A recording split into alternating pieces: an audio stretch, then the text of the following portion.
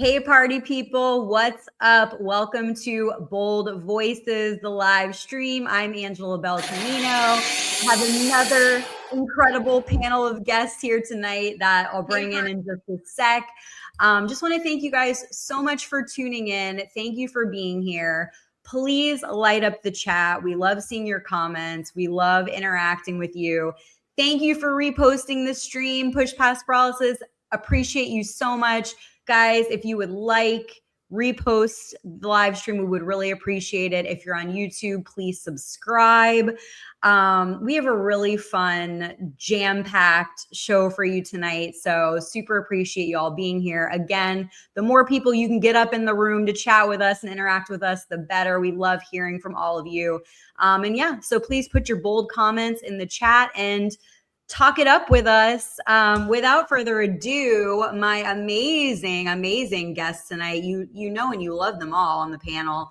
We've got best-selling author Tiffany Savage. I don't know if y'all have heard. She's got the link going on to her book. We're going to talk about that. Kevin Smith, the one and only, and the one and only Hannah Griff. Guys, I'm so excited to see the three of you. So happy to see you. Oh my gosh. Bright, shining faces. Yes. Literally. Yes, thanks for having us. Absolutely. So, Tiffany, I want to do a little teaser. We'll talk a little bit more about your book later, but I'd have to congratulate you. I think your book has been out for less than 24 hours. And then you're you must be buzzing because it's already ranked top new release in political leadership already. Oh my gosh, I am losing connection. No, you're fine. Are you frozen? Are you good? We'll circle back, but everyone's saying hi to you. Hey, Savvy. Hey, Kev. Hey, Hannah. It's an amazing an amazing trio I've got here tonight. So super, super excited. But yes, Tiffany has a new book, Precincts Win Elections. I got to back up. I can't have my face that close to the screen. I look like Kareem Jean-Pierre. You're fine. We want to see your face up close and personal.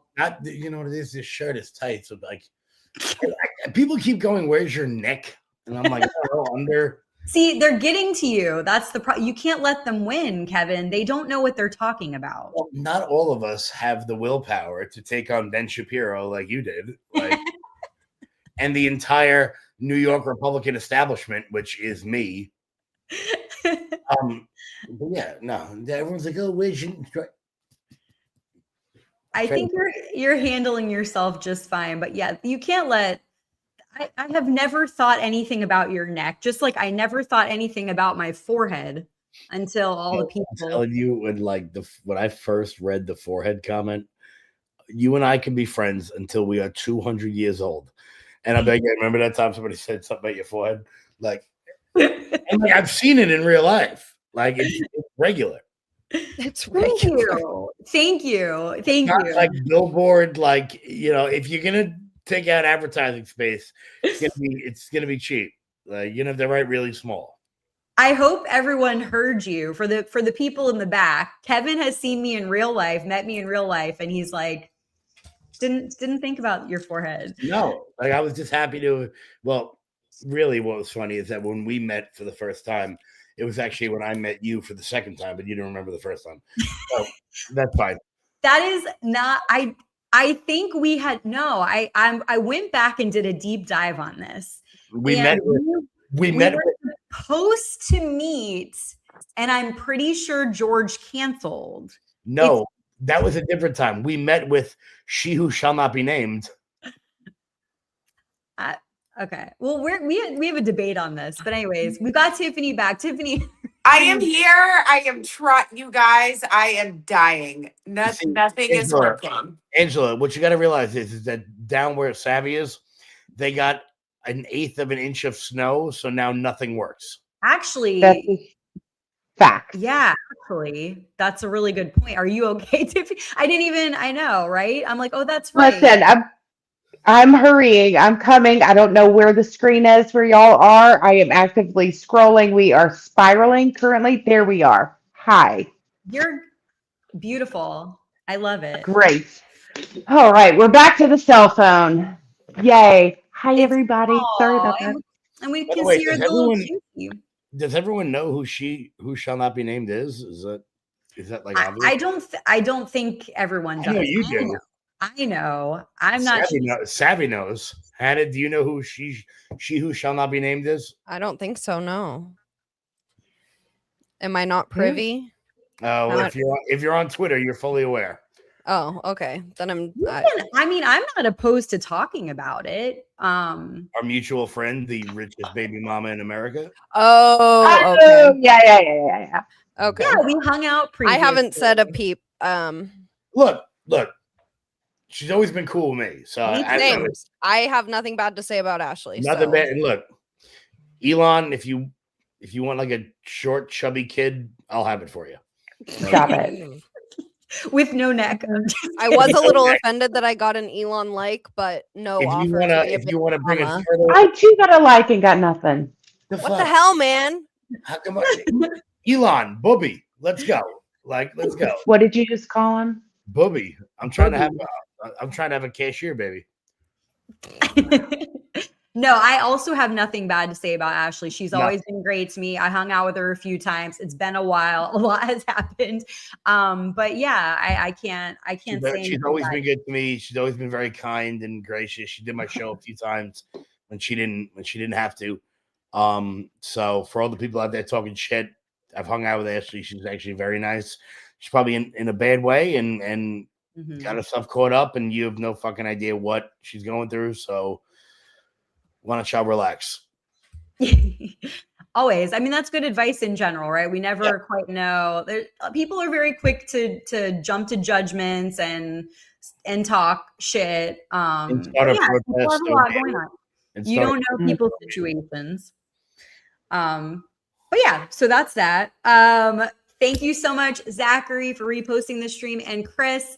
We do have Savvy real quick. We'll touch on your book. We're so excited for you. I was saying like less than 24 hours and you're already getting these like amazing, this amazing recognition. I know it is the number one for political. I forget what the exact. My brain is mush. Political leadership. You told me, right? Political leadership. Yes, that's what it is. And that was sent to me, and I'm like, oh my gosh, because I didn't even know what I was looking at. And it's been a long time coming. I've had everything, and it's not like it's something like super profound. I mean, if people have been in X Spaces with me before, they've literally heard pretty much every word of this. But with midterms coming up and with the success that we had with the campaign, with President Trump's campaign during the general and using Trump Force 47, I still had my blueprint, everything. And then, like what we were talking about before the show, I put all that data together. And then other candidates that I'd worked with and different sort of strategies, other organizations, and just condensed it. It's 13 chapters, appendixes in the back to help, because precincts this is it. Precincts win elections. Like I said, it's nothing big. It's like 40 pages or something like that. And it's a very easy, quick read. It is a field manual of sorts for county level parties, for structure, because Republicans, and this is what I have on the back, we don't lose because of our values and them being unpopular. We lose because we lack the infrastructure necessary to build and showcase and deliver our values. So that's basically what this is. There's real life data points, any sort of roadblocks, right, that you may come across within your parties, how to combat there's messaging tips, tricks. What happens if you have a terrible candidate? How are you going to still, elevate your party and perhaps even, move that candidate upwards? But the way And it does draw from a lot of studying and research I've done for the Democrat Party and how they campaign and how they mobilize and how they are structured, um, and also how they are placing their candidates strategically for future upward elections and upward momentum to the very tip top level. And that's the one thing Republicans really have an issue with. Man, we have a massive win, and then it's like we want to reinvent the wheel after that win. It doesn't have to be like that. So this, like I said, is a guide to build that infrastructure on a county level, party level, and upwards. And I am overwhelmed. I am extremely humbled by all of the support, um, that I have received and the reviews, and just, yeah. So this being the reason I look like an absolute mess, because I've just been boom, boom, boom, boom, boom, boom, boom. But I couldn't wait to come on your show because you are the first show where I'm able to talk about it. And I think that's perfectly fitting. Well, the timing, right? It worked out. I'm always, like I said, I love you. I'm happy to support you. I'm so happy for you. I aspire to whatever. I've said this before. People know, like, I'm working on a book. It's been years. Like, I know that process is crazy. It's a huge accomplishment, and I'm just really, really happy for you. I think what really strikes me too is that it's so based on your real world experiences, and you have a lot of it. So I think that's so important for people to know and realize, because you've been out there in so many capacities, like seeing this stuff and doing the work. So it's not just like, ideas or what, like thoughts, or like, it's a lot of like what you've seen and experienced. So there's so much, so much for people to take away. And it seems so practical and tangible where people can like take what it seems like to me, the information in there, and really, apply it quickly. Right. And that's exactly it, to apply it quickly. Now, will everything start working like a well-oiled machine off jump? No. Right. Because there are the powers that be that are pushing, right, against, this sort of grassroots movement. But this is also dedicated because I saw the work of our Trump Force captains. And President Trump wouldn't be at 1600 Pennsylvania Avenue without every one of those Trump Force captains, those volunteers. And this book, this guideline, I mean, I've seen so many of them since that election become actual committee members or chairholders within their local parties. And that is so rewarding. And that's who my dedication to the book is, or to all of the grassroots, the door knockers, the postcard writers, the phone bankers, the ones that do the hard work and never get recognized for it. Because there is something, yes, and even we talk about social media strategy in here, but there is something to be said for in-person ground game. And that's what wins elections within your communities. Well, I love that. I know you posted in the chat a link. Everyone should buy it, get out there, support her, support our girl. We'll circle back to it too at the end in case people join later. We'll make sure, but it is in the chat. Please purchase it. It's Amazon, right? Is where you can get it? Yes. Okay. Yep. So I want to see Tiffany Savage, New York Times best-selling author, in her bio. I think you need 3 platforms, like Amazon, something else, and something else that makes you. I'll reach out to someone. Okay. About how you get that, but That would be incredible, man. I mean, just because I have number 1 for political leadership in the new, that just, so sky's the limit, Kevy. I'm going to lean in on you, bud. Don't let me down. Apparently, you got Jesus shining on you too. So let's go. And that's a perfect time to manifest it, put it in the works. really, I don't know why my lights are doing this. favorites. We like it though. We like it. It's very Very angelic. pleasant. It's the Yeah. heavenly, Kevinly. Oh my God. Yeah, go That's ahead. kind of perfect. Start singing, Sav. A friend to the Jews. Oh, I've been on the phone with her all day, and she Ophelia. I sing it all the time. keeps singing that. Like, look, okay, I love that song. You It's very- guys, I love it's it. very And if catchy. y'all haven't seen the 6-part documentary on Netflix, you're missing out. I don't care. Am I a Swiftie? No. However, she's actually brilliant, and it is very well done. And Fate of Ophelia is right now my favorite song, and I don't care. You know the Tiffany, dance yet? Tiffany, Oh, Mozart. yes. Hold on, Sav. Mozart is brilliant. Beethoven is So brilliant. is Taylor Swift. Okay, No, they show her and how she, comes up with these ideas or how she's writing songs or what she's wanting. It's awesome. you know And what? you can burn through it. I And actually had a great idea for her. What she should do is she should meet Scooter Braun 10 years ago and then just stop working. I know that joke and that was not funny.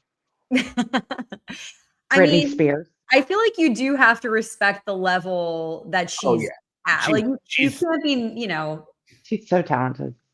Although, now that Travis Kelce sucks, she's going to be single soon. So. Oh, but he's on there too in the last couple episodes. Yo, they're so cute. Yeah, they're going to have some giant children. Babies. I know. Like, that kid is going to come out like 86 ounces.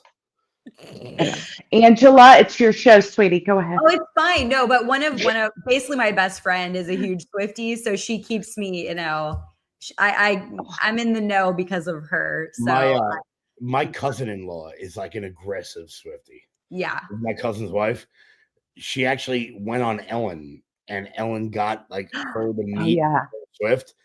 They've seen her in like Switzerland. She goes all over the place to see her. And I texted her. I'm like, yo, can you do me a favor? Can you text your girl and tell her that this song is following me like Mariah Carey around Christmas? It's my whole TikTok algorithm. I can't get away from this damn song. And then I sing it when he's on the phone too. I made my 14-year-old. Yes. Yeah. That one is everywhere. That's true. So good. The Wood song is really good too.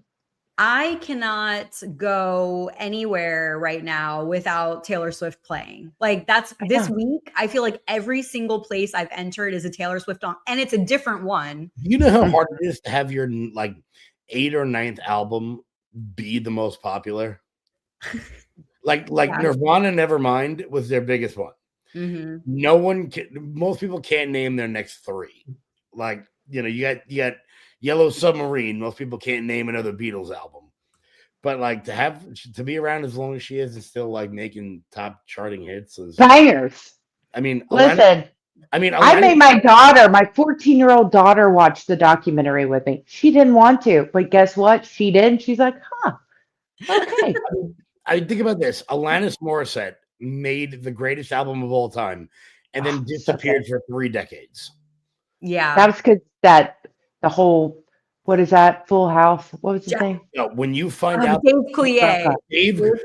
How did Dave Coulier upset a woman that much? She was also with Ryan Reynolds. What? Oh yeah, that's right. I do remember. Yeah. Yeah, that's right. Time out. So there's something wrong with Ryan Reynolds. Because if he's with Alanis Morissette, who's that mad, and Blake Lively, who is like the modern day Marilyn Monroe, and by that I mean batshit crazy, batshit crazy.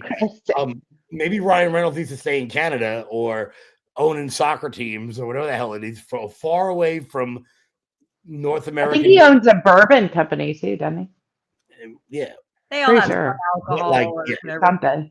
I can't imagine Dave. Every time Full House is on, like that's what that one song about going down in the theater. That's about old David. You ought to know. Yeah, you ought to know. Dave, it's the funny guys. It is. By the way, just so you're all aware, I'm hilarious. And you are cleaning up, Kev. You are the only male on this panel. Look at you, stud. You know what? I can genuinely say with firm confidence, I am the ugliest person on this show. No. Somebody But you're the call. most handsome guy on the show. You're damn Yeah. well.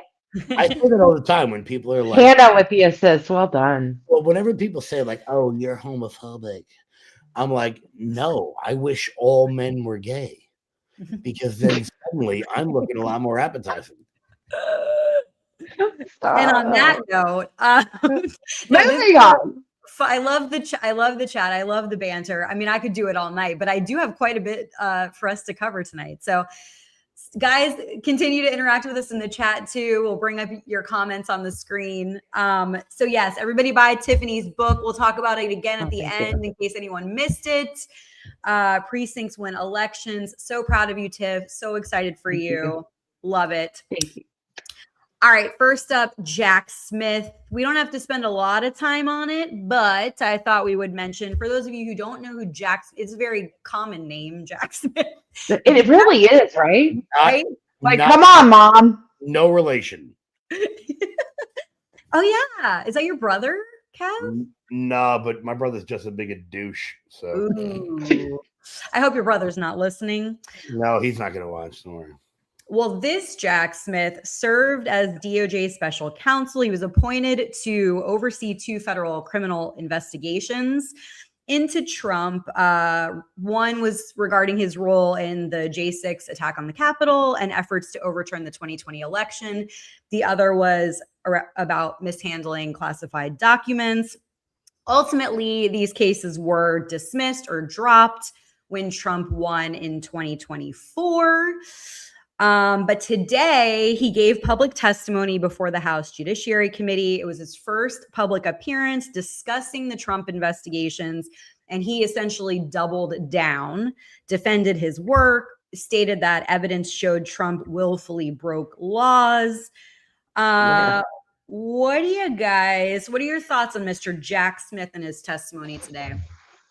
Whoa, my gosh. Well, have y'all seen the footage from today? Have you seen any of that? Wild. Brandon Gill from the top rope.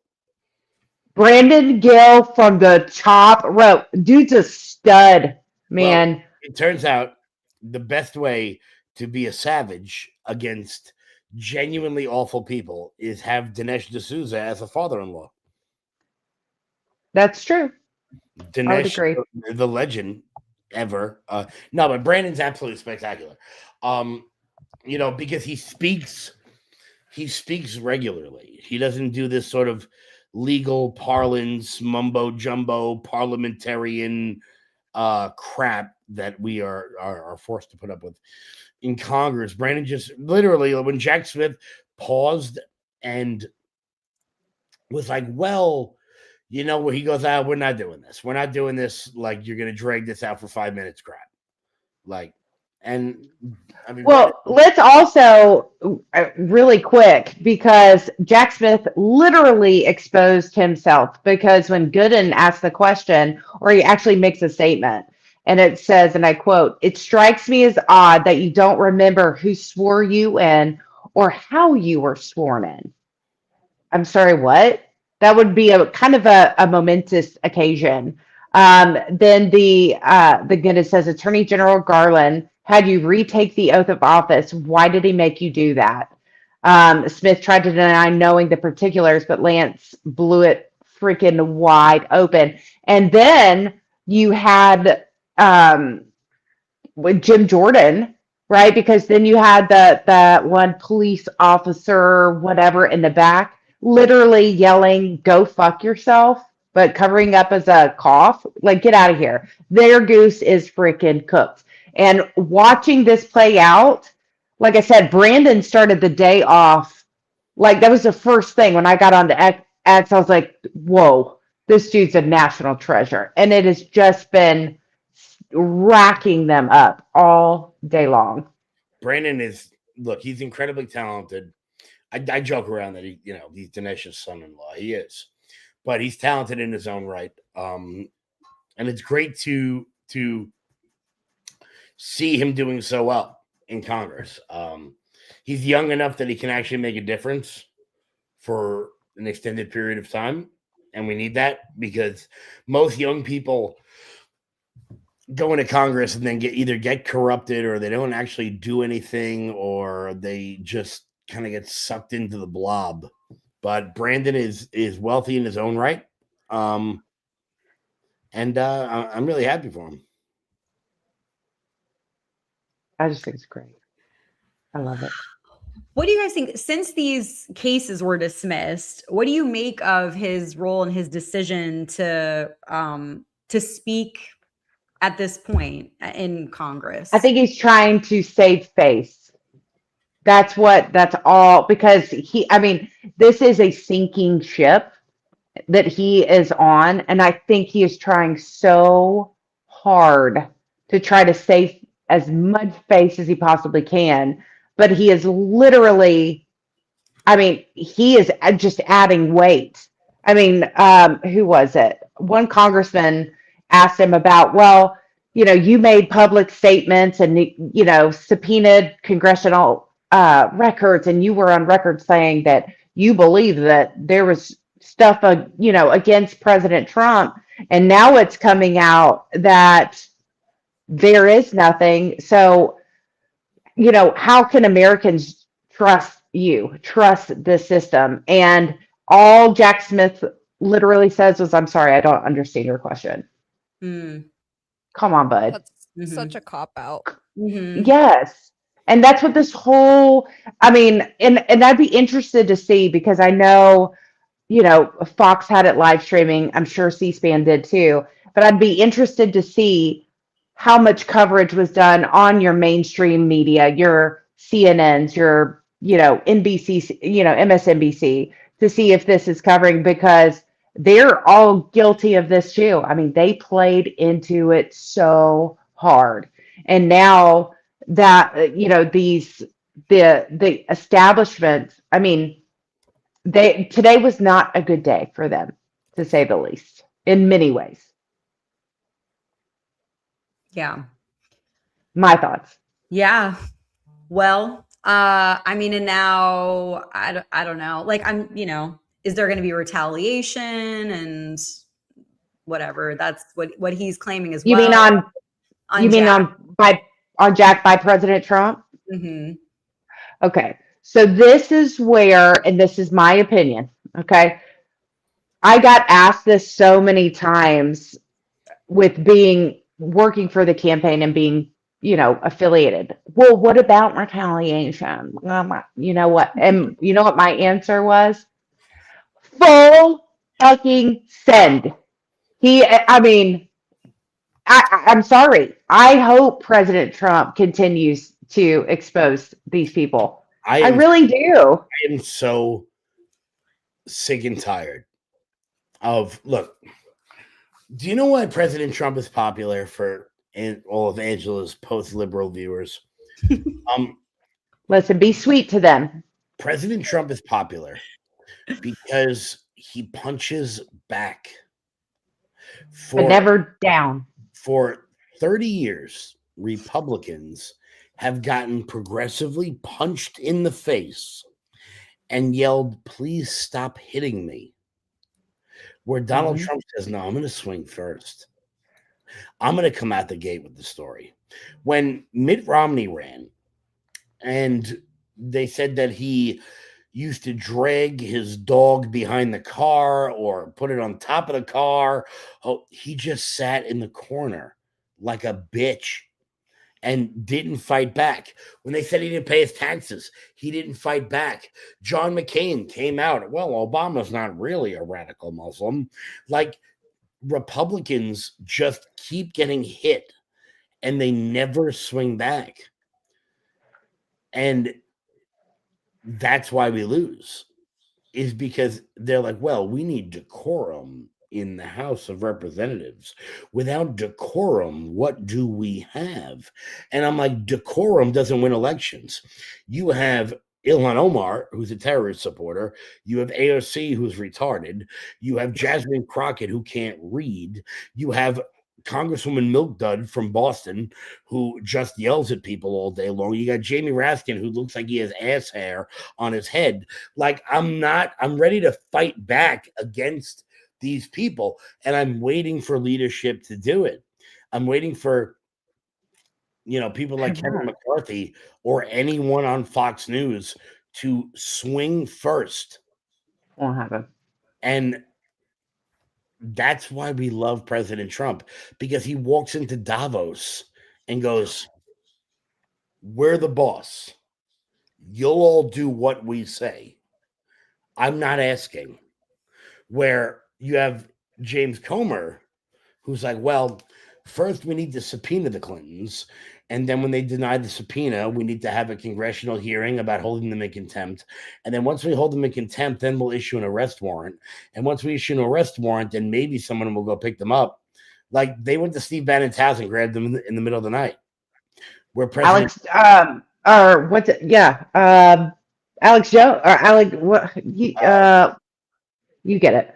Yeah. Same thing. That was televised. Meanwhile, but let's not go ahead. Sorry. No, meanwhile, you have President Trump who saw Maduro go, come and get me. And he went, oh, I'll be right there. And On my way. We kidnapped the president of a country in the middle of the night in his pajamas. Like, that's a boss move. Yeah. And the way the military. I'm hoping that he does it a little bit more here at home. Like, I think he's done a great job of exactly what Kevin is saying, like punching first and showing what's up. We got 4 years of Biden and Kamala saying, stop, please don't blow us up. Please don't do it. And like, that's not going to work. You have to, we're the world leader for a reason. We have the strongest military in the world. If there are situations where we need to use it and remind the world why we're the boss. Like, I fully support what he's done on the world stage, but I do wish that he would like bring the hammer down a little bit harder at home, honestly. So no, you are totally right. And I wish he would bring the hammer down harder. Look, if I can face reality, we're going to get fucking smoked in the midterms. And we're not. No, we're not. Abby, I love you more than anyone on earth. But Michael Watley is down 25 points, and it doesn't matter. This isn't about Michael Watley. It's not about the RNC. This is where I'm about to get passionate. Because much like what you're saying, you're waiting for leadership to punch back. It ain't going to happen. So now it's time for us to hit back. Let's also, and yeah, I'm going to interrupt you, Kev. Anytime. Jack Smith. Abby, you're taller than me, so you can interrupt me whenever you want. Thank you. But Jack Smith, he's not an independent actor. Okay. So he is the enforcement arm of a politicized DOJ. And Americans should be very much alarmed by his actions and those many other who represent the judiciary.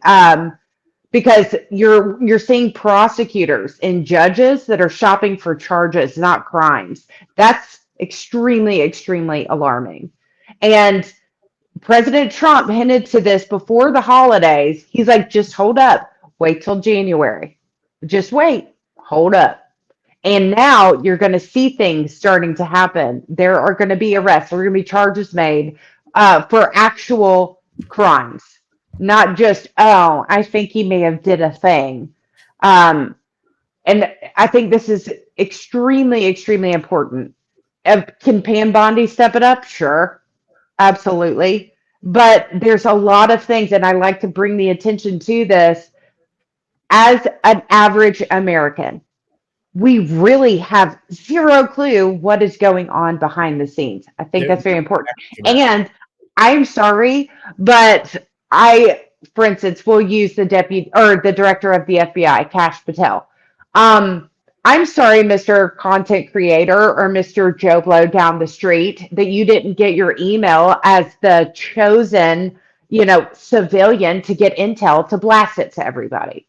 That's not how any of this is going to work. In zero cases, putting it out there, your moves, and even President Trump talks about that. You never expose your moves to the enemy. Why would you? But I guarantee you, and someone posted on X, and I'm like, actually, I don't hate that take, was, you know what? Hold on to these Epstein files for a little bit longer. because I'm going to use those against you. So you're either going to sing like a damn canary or you're going to go to prison.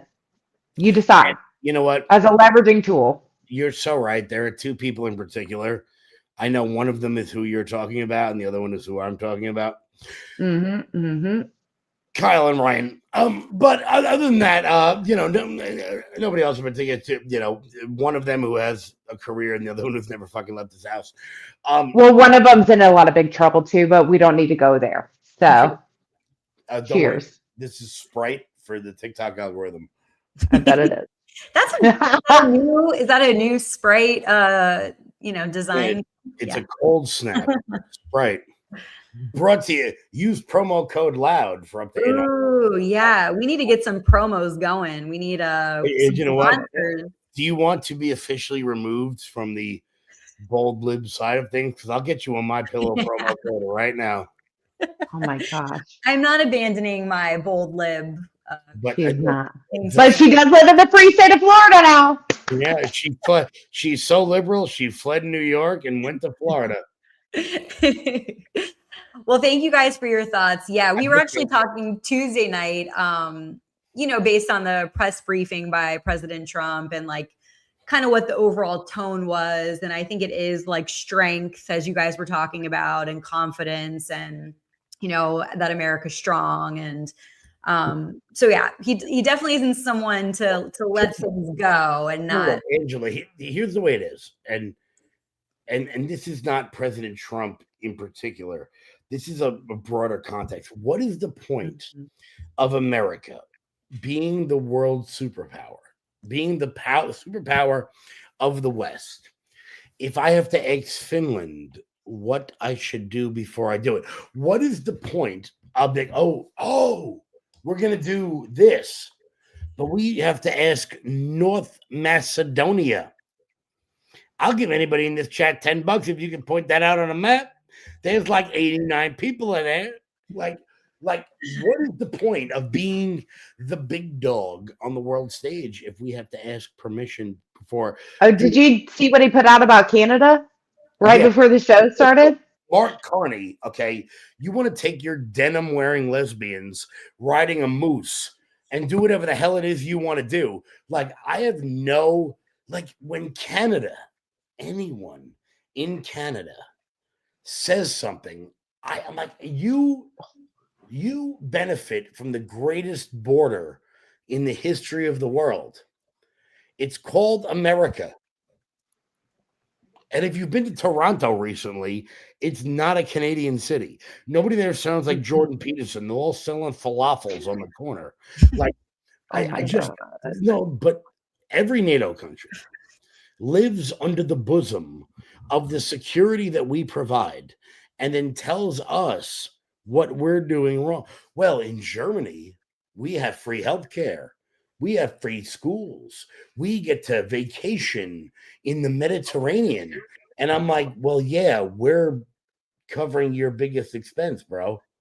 Like, maybe Americans could have some of that if we weren't giving 3% of Germany's GDP if 3% of Germany's GDP didn't come from the Department of Defense. I mean, look, we're not geopolitical experts here, but are you really worried about the Soviets taking Belgium anytime soon? Is that something that's like a pressing matter? No. Khrushchev is going to take West Berlin. No, because we're living in this fucking century. And because of that, I think that we suffer and we get lectured to by Denmark. Like, Denmark? Okay, good. Stop exporting fucking hockey goalies to us. We'll be okay. Or beautiful blonde women. Actually. You want that to stop? Yeah. Okay. No, you can keep. Actually, we got enough in Georgia. Just in case.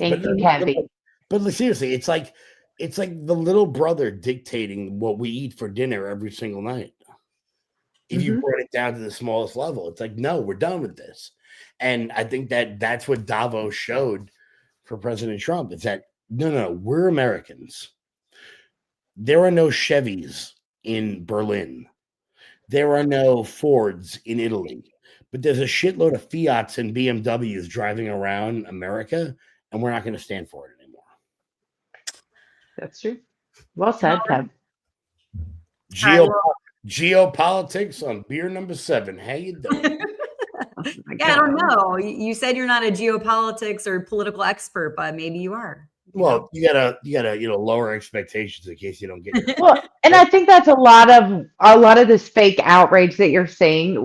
It's kind of funny because a lot that I've gotten from the left is, well, tell me how this, with Greenland, for instance, is different from Ukraine. And I'm like, what?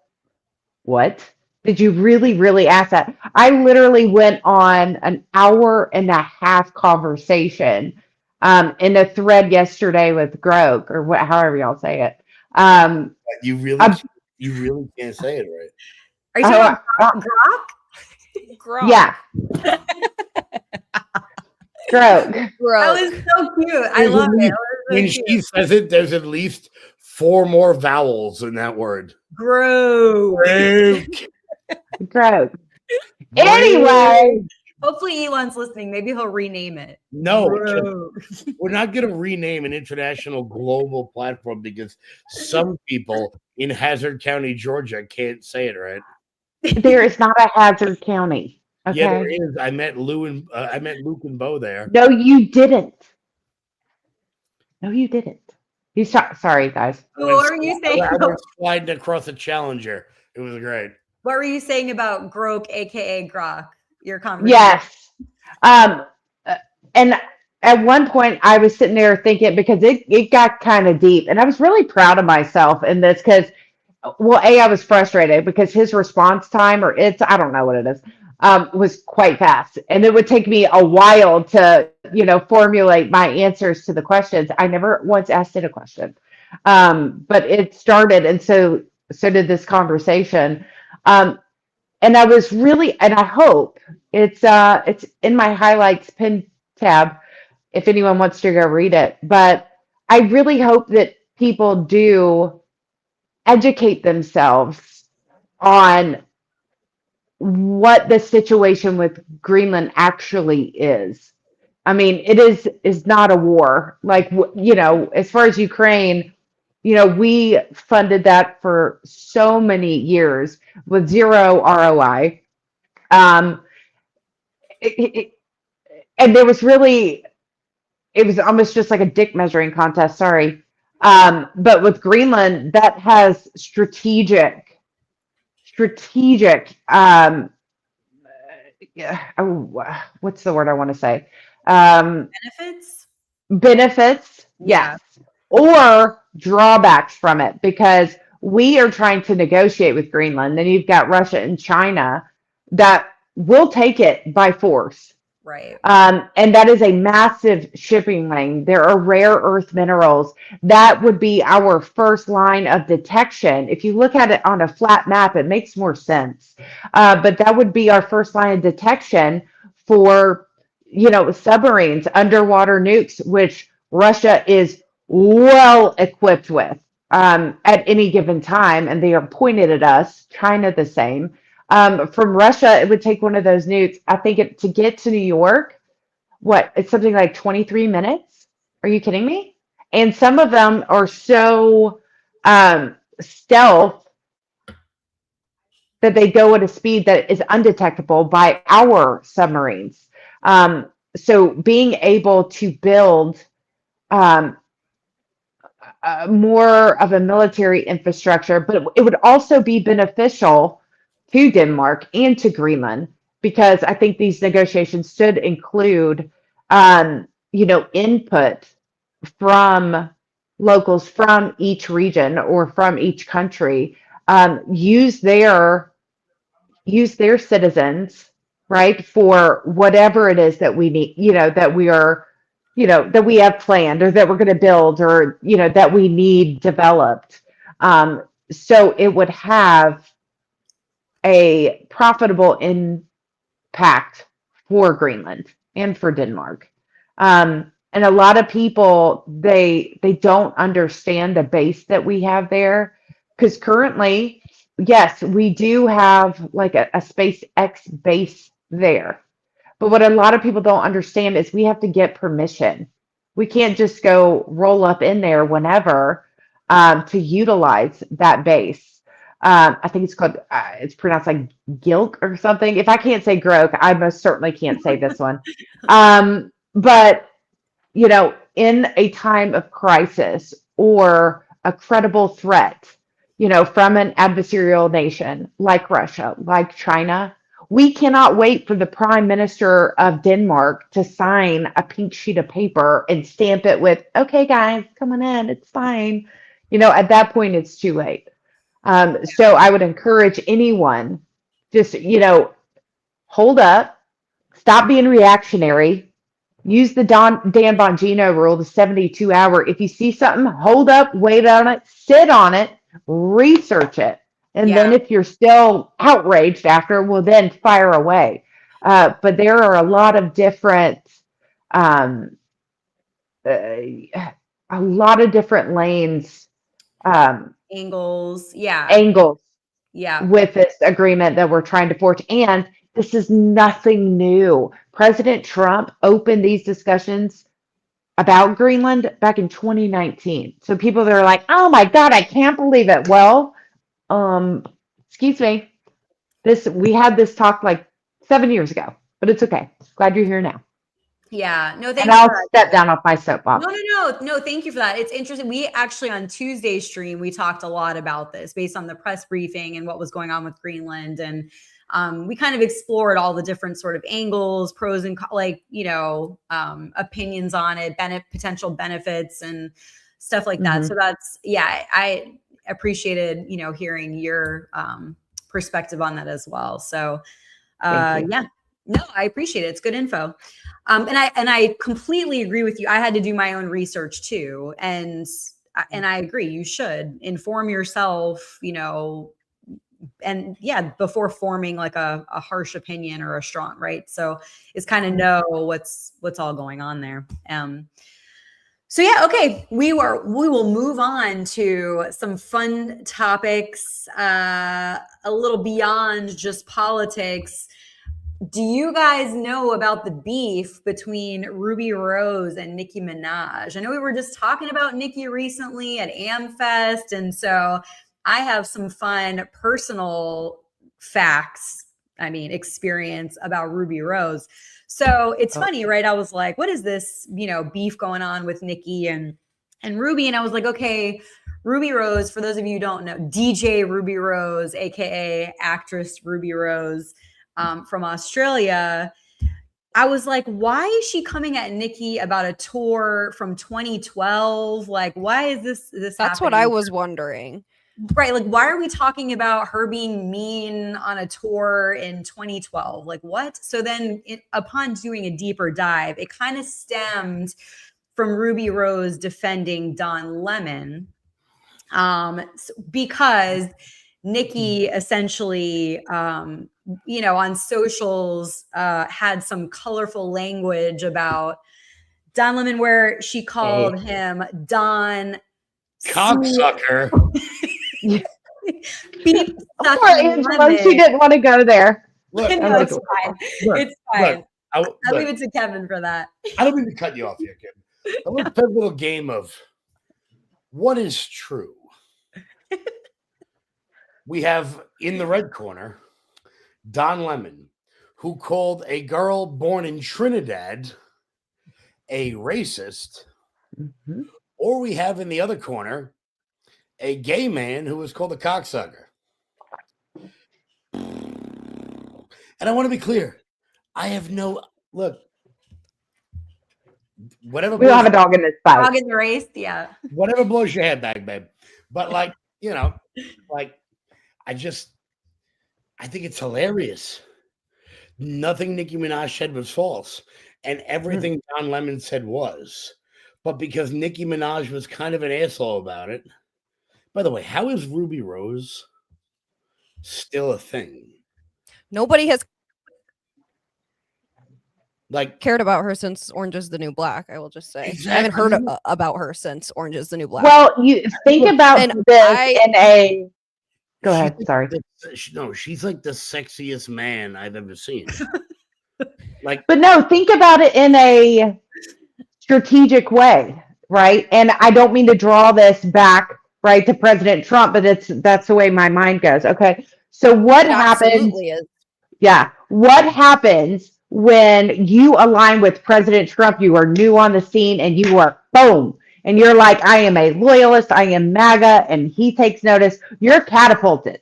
Well, then what happens, okay, when you then decide, okay, I'm bored with this, and you turn on President Trump, then what happens? Where are you? You are right back in the news cycle.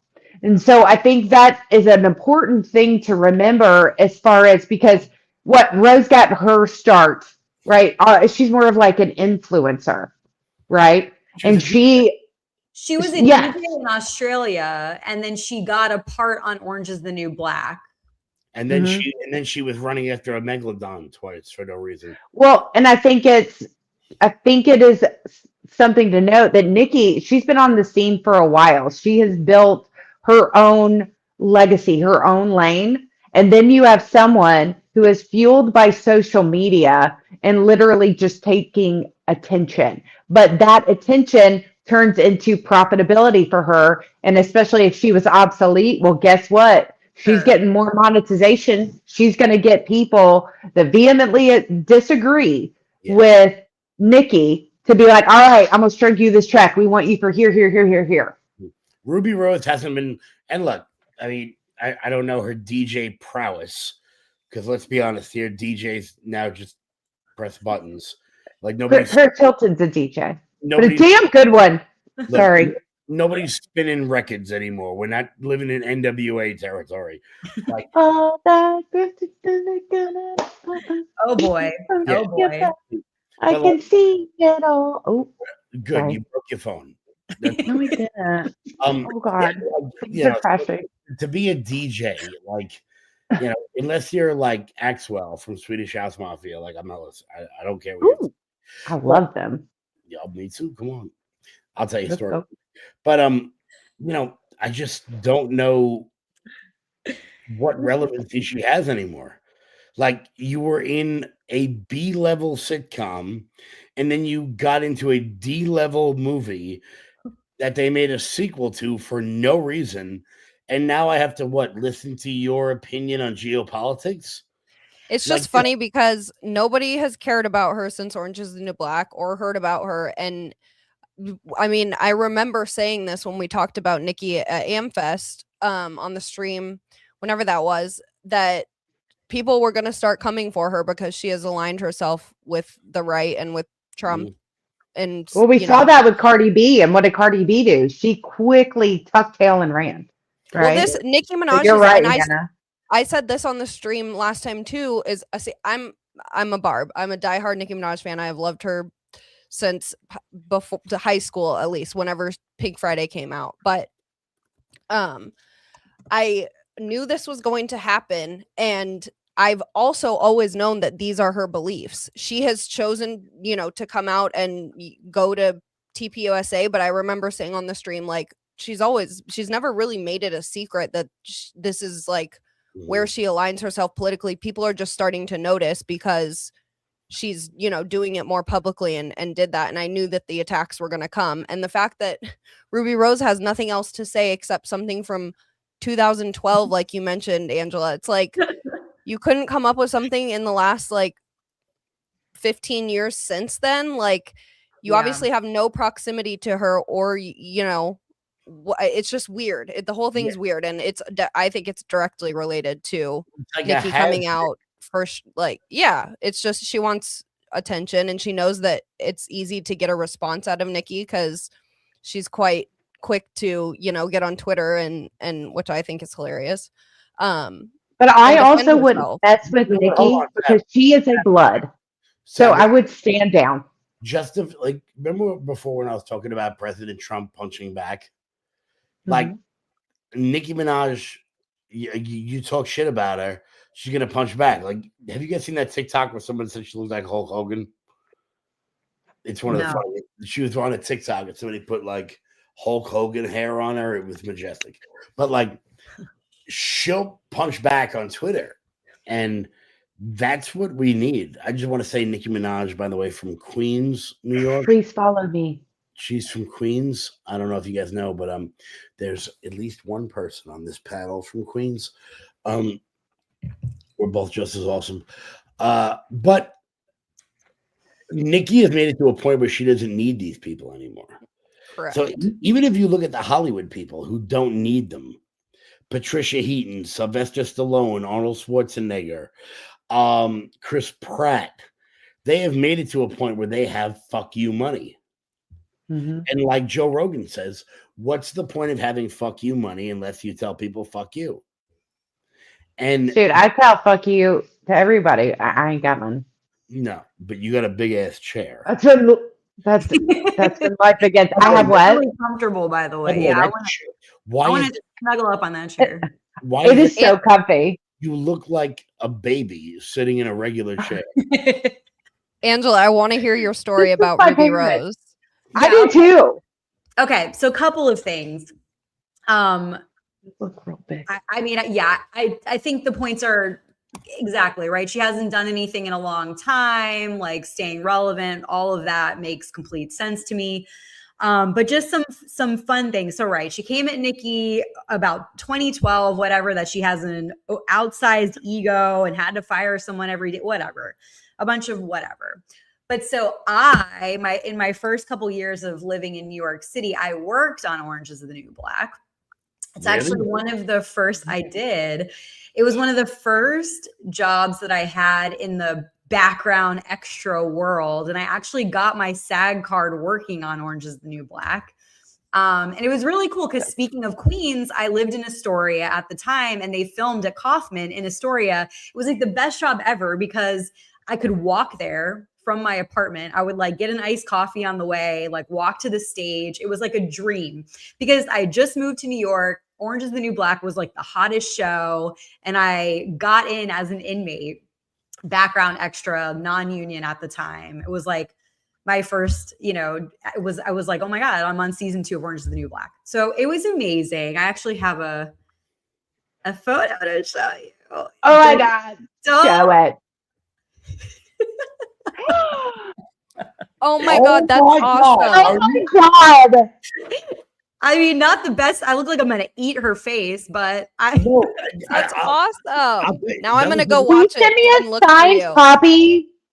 Oh my God. Same signed copy. Please send me one. I will. That's so nice. It looks so like Anna Faris. Dude, I was told that in the past, not recently, but like definitely. You look first off, you definitely look like Anna Faris. Like is that 100? I like her. Or Just Friends is like I love that movie. Is there any Christmas? You don't like keep in touch with the girl that played Ramos, do you?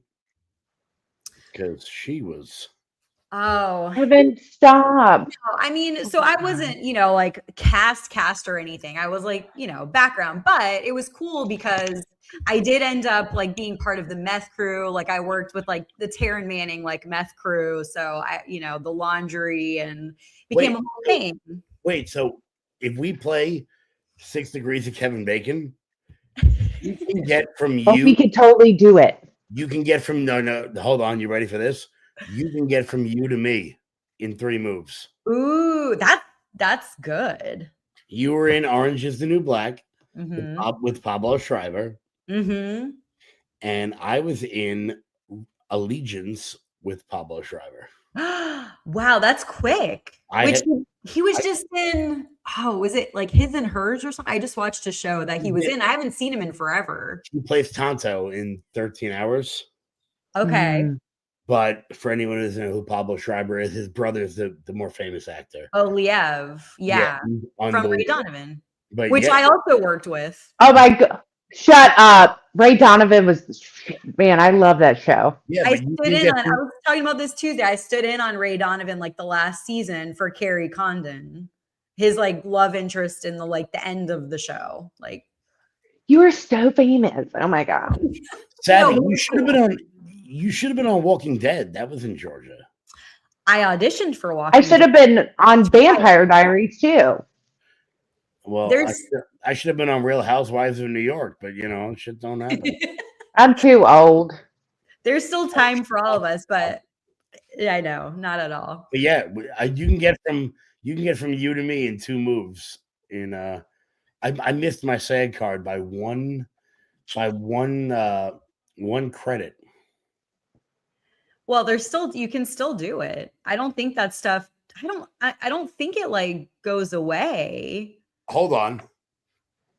Yes. Speaking of SAG cards. Yes. I got a message from a E-list actor the other day that I freaked out about. Blazer from Dodgeball. Oh my God. I love Dodgeball. Who's Blazer? He's in Mr. Deeds. You ever see Mr. Deeds? Yes. The quarterback that he fires and then the dad beats the crap out of him? He's in all the Adam Sandler movies. Yeah. Yes. Yeah, he messaged me and he was like, "Oh, thanks for the follow." And I was like, "Oh, no problem." He goes, "We're not all Hollywood pedos." And I just went, "Who the fuck are you?" And I Googled his name and I was like, "Oh, hold on. I'm going to pull up Blazer." Yeah, please. What's his name? Hold on. I'm going to pull up his, when I pull it up, you're going to fucking die. I swear, because I had no idea who he was. And then, hold on. Where the hell is it? I'm trying to find a good picture of this guy. Lance said it. The only time I've ever been on TV was my mugshot on the evening news. So. I was on TV this morning. Way to go, buddy. We weren't going to talk about that, Kevin. We're not going to talk about it. We're not going to talk about that. Okay. Wait. Oh, okay. What's his name? Brandon Morale. Yeah, Globo Gym. Globo Yeah. Gym. Globo Gym. The Globo Gym Cobras. But he's also the quarterback in Mr. Deeds, whose dad beats the shit out of him for cursing in front of women. Oh, yeah. I don't remember that part. You're an Adam Sandler fan. Mm-hmm. I am, but that movie, whatever, wasn't. Yeah, remember he comes running in and he's like, "If you don't fix my contract, I'm out of here." And Adam Sandler fires him. That's him. Gotcha. That's when did this happen? Recently? The other day, I had an Instagram reel that really cooked. Well, I love that. So fun fact about Ruby Rose. So I worked on season 2 was the one that picture is from. That's like the Valentine's Day episode. I want to say it's like episode 6 of season 2. You would see me the most in the background if you watched it. You saw how blonde my hair was. It's different. But anyway, I'm writing that down and I'm watching it all weekend. I think it was that episode. It's called something that pizza's in the title. That's that episode. But that was season 2. Ruby Rose came in. She was a recurring character in season 3.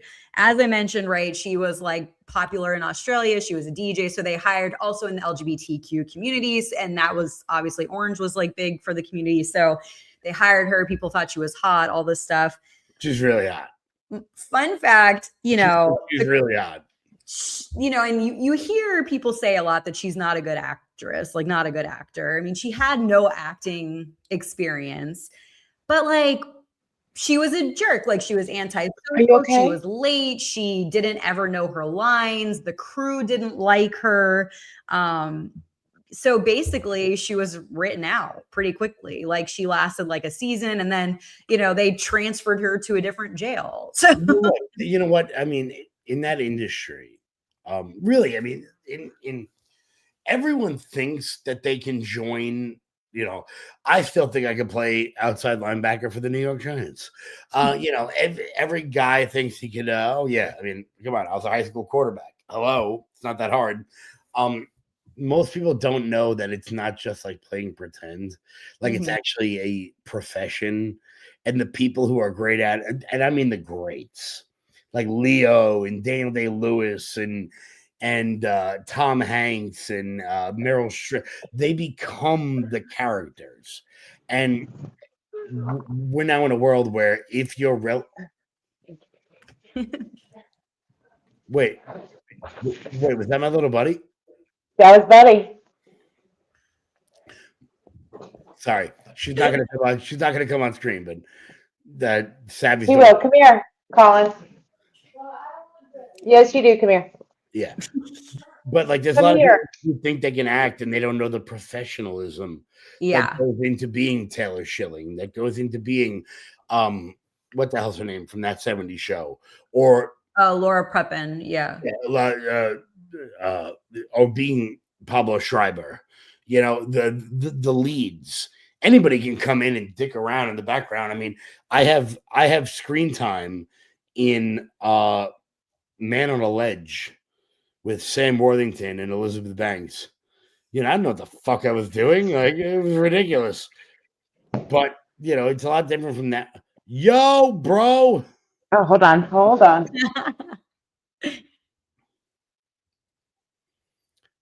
What up, bro? Hold on. Now. Hi, bud. What's going on? That's Angela, and that's Hannah. Hi, guys. Hi. Yo, guess what, Collins? So you gotta tell me if they're saying. What? Guess what? What? I'm coming to your neck of the woods in a couple of weeks. Are you? I am speaking at the University of Tennessee at Chattanooga, which is like 2 hours away, your mom said. So that's crazy. I'm gonna come down. I'm gonna make sauce. I'm gonna make real food for you guys. It's gonna be great. Oh. I don't want no collard greens, no okra. I don't want none of that southern shit. I'm gonna make real Italian food. I'm gonna bring my own cheese. Your own cheese. No, I don't know about that. Careful, food poisoning. I don't know where you think you're coming then. If you don't want any okra. No, we're not. I'm not in prison. Have you tried it? Yeah, no, because I'm not in jail. No. Okay, then you can't say a word, sir. Every time I hear okra, I think of the Green Mile, and I'm like, I'm not there. So. Well, you can't knock it till you try it. Okra. Okra. Yeah. And especially pickled okra. And I'm gonna make them penny al vodka. That sounds good. Like a shrimp oreganata afterwards.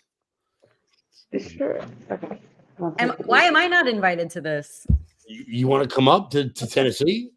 I know I can't, but I gotta speak to the kids. I gotta keep. I love that. That's so nice. Well, you know, it's important to keep guys, particularly after everything that happened. You know, all of us college speakers basically just said, "Look, if we get invited, we're going."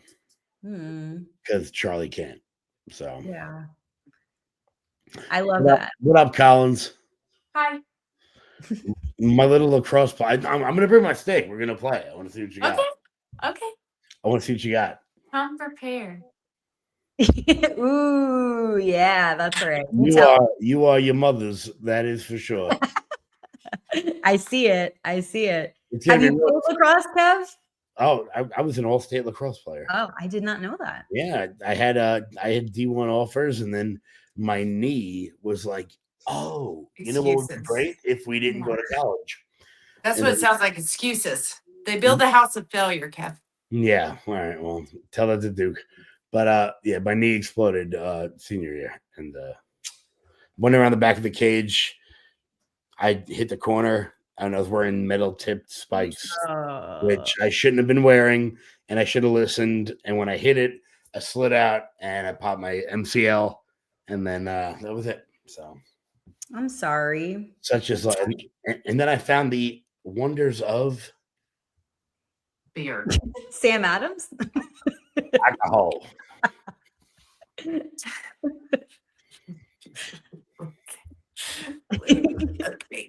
Well, it's awesome, Collins, that you play lacrosse. You play other sports too, right? Yes, ma'am, I do. Awesome. Wow, she called you ma'am. Oh, yeah. I know, too much respect. You old?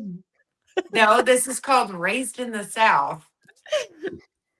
I see it as manners. I do not take offense to that. That's very nice. Thank you. Yeah. Please. Hold on, Sav. You know Hannah Faulkner? Yes.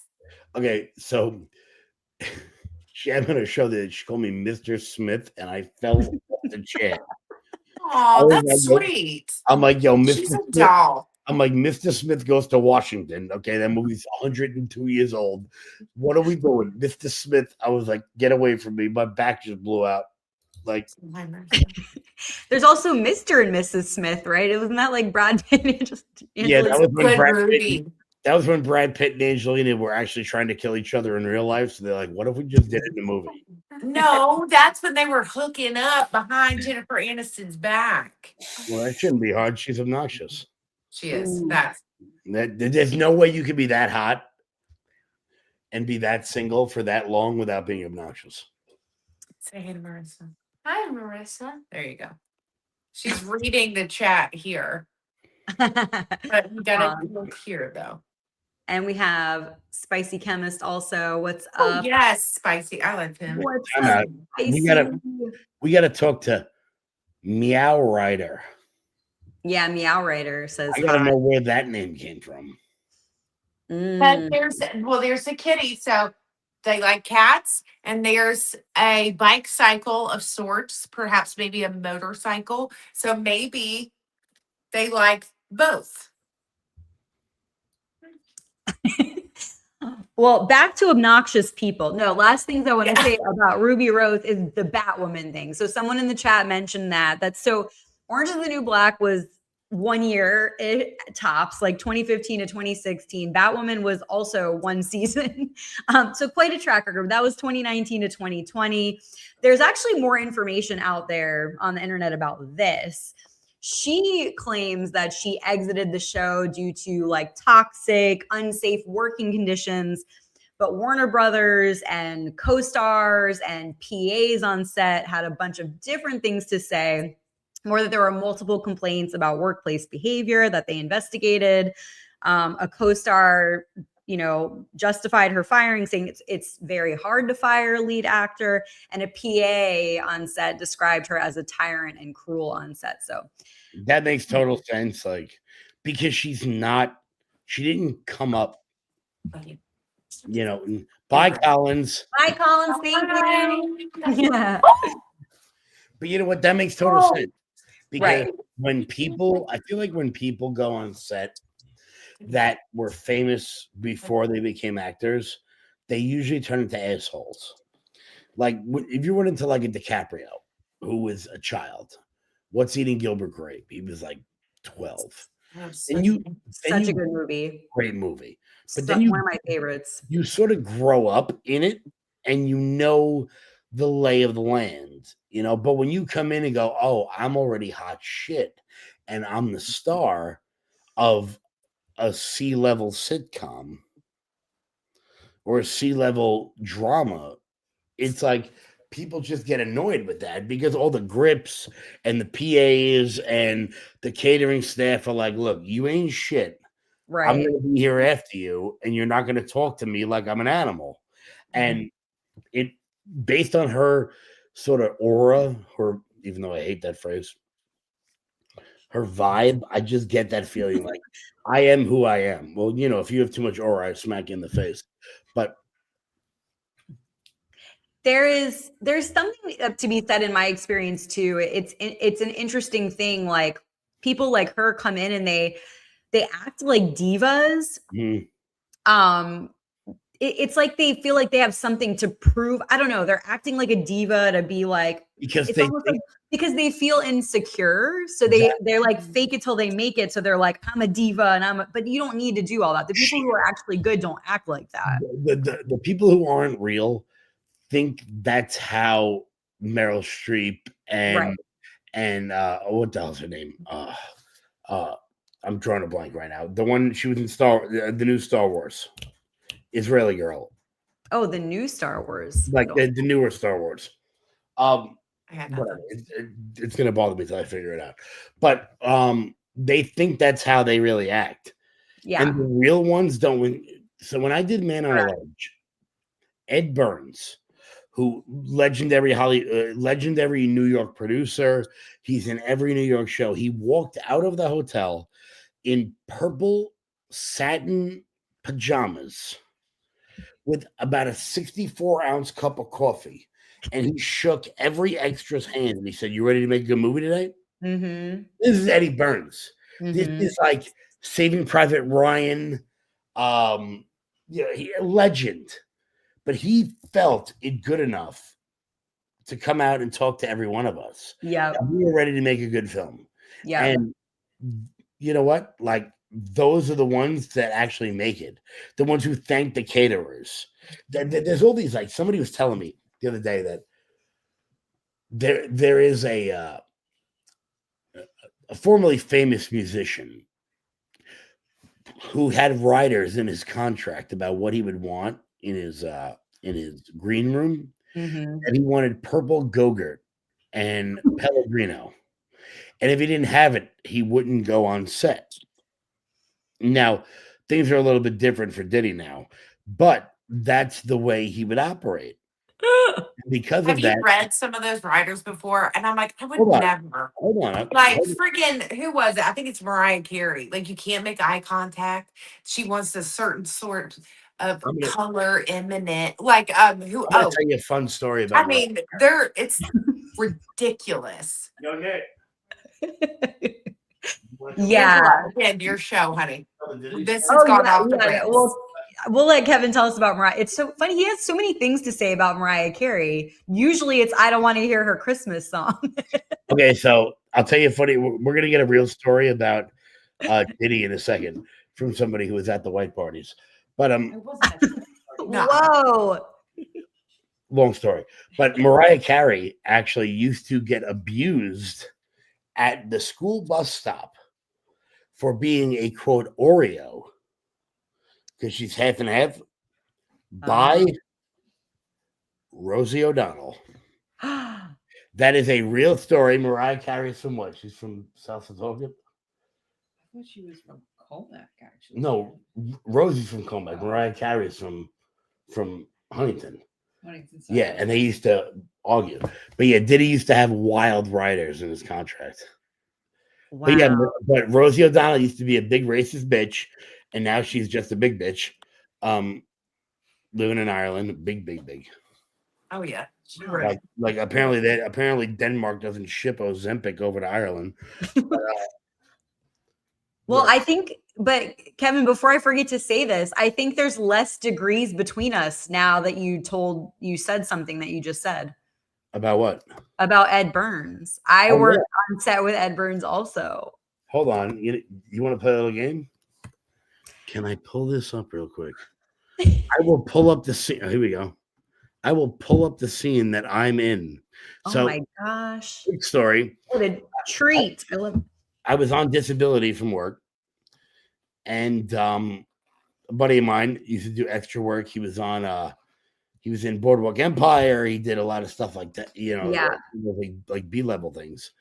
And he was like, Kev, you want to do some extra work? And I was like, I can't, I'm on disability. And he goes, you won't get paid for 4 months after your after it shoots. And I was like, all right, That's how it used to work? Yeah. We would get paid like well, that's what he said. You get paid way after for the movie. Holy moly. So you would have to keep going. So I was like, yeah, I'll do it. So here is, if you wait for 18 seconds. Here they come, party of 4. All right, you hear anything? We need more time. There's Jamie Bell. Let's make it right.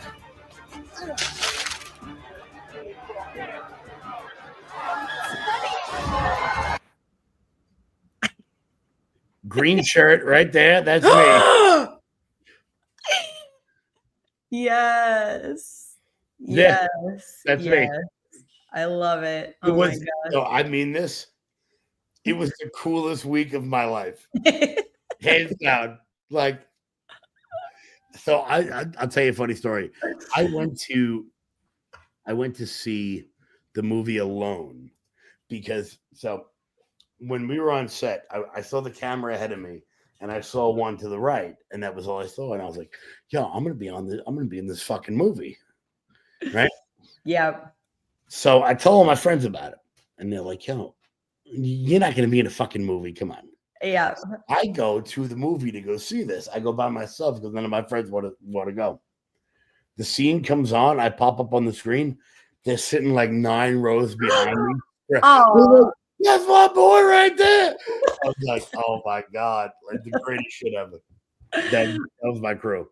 Oh, I love that. That's awesome. Yeah. I know all about that experience. This is what I'm saying. There's no degrees between us. It's like 1 degree, whatever. So just say you're a Republican already and get it out of the way.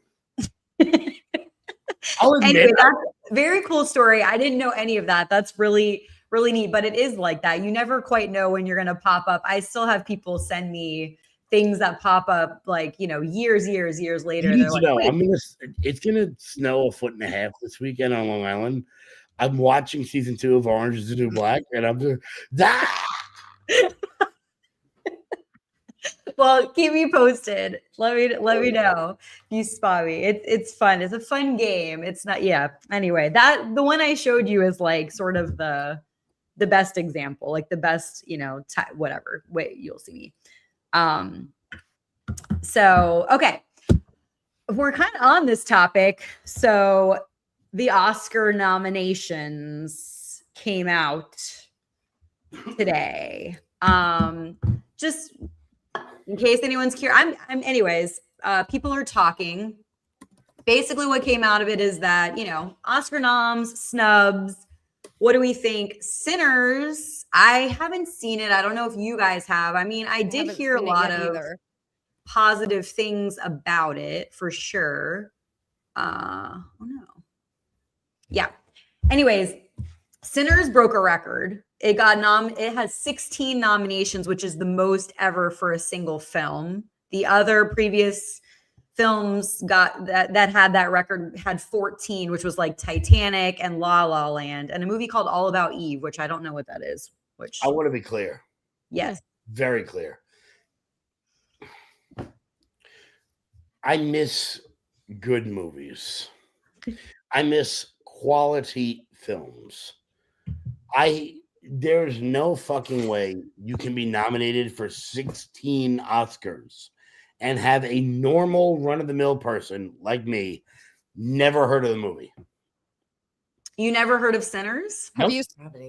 That was Michael B. Jordan. Yeah, have you guys seen Frankenstein? I don't know if it was nominated for anything, but I thought that Frankenstein was fantastic. It's definitely nominated. I know. I meant to look at the full list and I forgot. I believe it is nominated for some awards for sure. Yeah, and I was really, really good. Let's just put this into context, okay? 1994. Is there a human being on Earth who hadn't heard of Schindler's List? 1995. Is there a person who hadn't heard of Jurassic Park? 1999. Is there a single person who hadn't heard of Titanic? 2000. Is there a single person who hadn't heard of Gladiator? Anywhere on the globe. I feel like we're so inundated with content these days. Like all of the apps are pushing out so much content, and like it really, I mean, especially during COVID, like when theaters were shut down for a while, I feel like theaters never really came back like to what they were before COVID. And like that was, that was how you gauge what was popular and like what people were watching, what was, in the theaters. But I feel like now it's like so many streaming services have so many movies. It's like it has to be so good that it catches everyone's attention and everyone's talking about it. And that's really and I want to be clear, if Russell Crowe doesn't, I don't even know if he's nominated. If he doesn't win for Nuremberg, then there's no point in having the category. Look, a Nazi will never win in the world we live in now. Russell Crowe as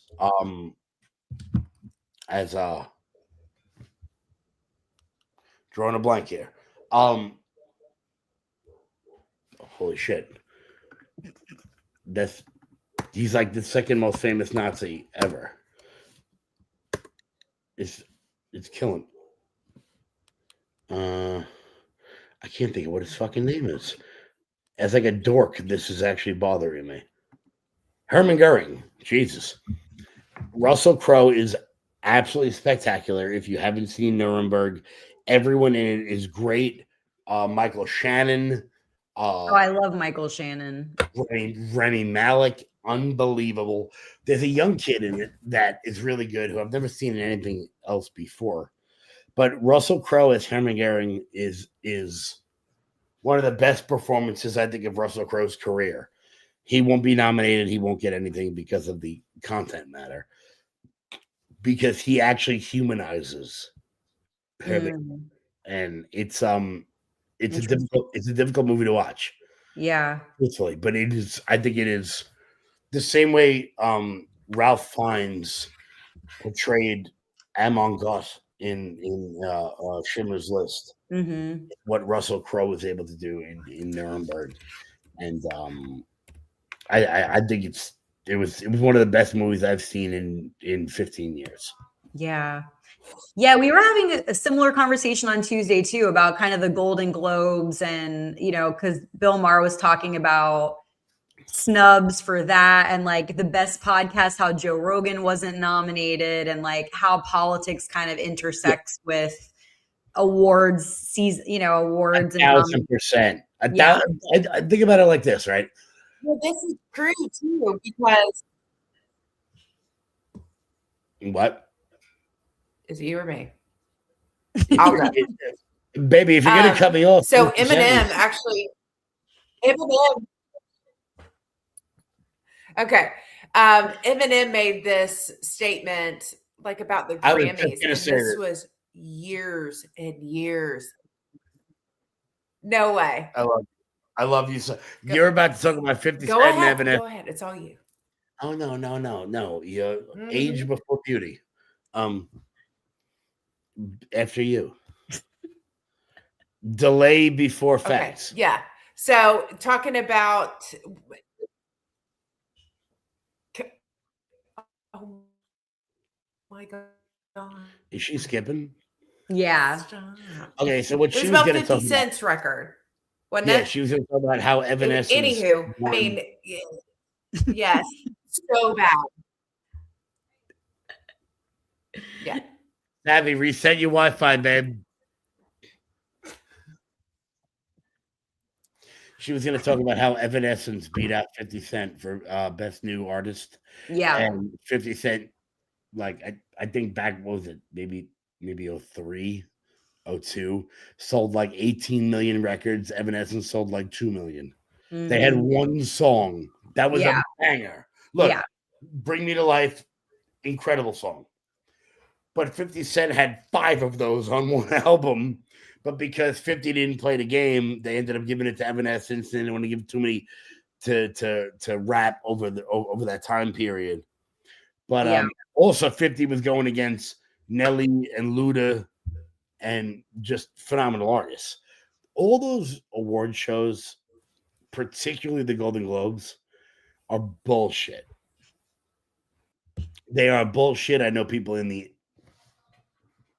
industry, the production companies buy the awards so that they can go Golden Globe Award winner Rami Malek, Right?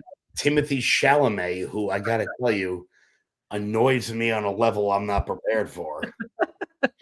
He really, I'm not impressed by him at all. He's definitely he's very overhyped to me. Like I heard so much about everyone like, oh, Timothy, like they love him. People find him so like attractive, and I'm like, he looks like a little boy to me. Like looks young. Like he looks like a little kid. Like that's hard for me to be like, ooh, like I find him hot. Like also he made the mistake that most people don't learn until it's too late, is that you don't get involved with anyone in that family or you die. The Kardashian curse. Yo, sleep with a Kardashian, and you seriously, has Travis Barker made a song in 20 years? I mean, he's doing he's doing a lot. He's playing drums for a lot of bands. He's definitely. I ain't seen him outside since that dumb plane crash. Like, let's be honest here. Lamar Odom, she killed that career. They killed OJ. Hey. Well, they didn't kill OJ, but that family kills great men. The whole family does. It's something in it. Like Olympians become women. Rob is an alcoholic. Kanye was great before he got involved with the Kardashians, and now he's all like, yay, whatever the fuck that means. I'm telling you, that family kills men. That is a funny take, and I mean, yeah. Seriously, anything. You have some points. And look, don't get me wrong. I like the two younger ones. They look normal. What, Chloe, the ones who changed what they look like entirely? Yeah. yeah, pretty much. But Yeah. They don't look like the same people, Kevin. I take that back. They seem the most normal out of all 5 of them. That's really not saying a lot. No, they're not, because they're not real people. Correct. You got Chloe, that is definitely OJ's daughter. Not Chloe. I don't know. I can't even keep them straight. What's the big one? There's Kim. Chloe. No. Yeah, Chloe. That's OJ's daughter, right? Yeah. You'd see her holding that baby with a Heisman pose. But I'm telling you, that whole family's fucked. But yeah, Timothy Chalamet. I don't know what the big hype about him is. Like, he's not. Yeah, I don't know. He's growing on me a little bit. Like, he seems. He's also a nepo baby, and nepo babies annoy me. Like, I have a big thing about parents. I can't remember right now, but we'll look it up. Yeah, I can't. Everyone's a nepo baby. He's like a childhood version of the guy from The Bear. That was on Shameless.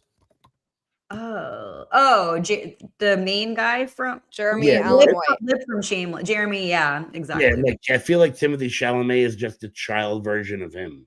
Really? I don't see a resemblance there. Really?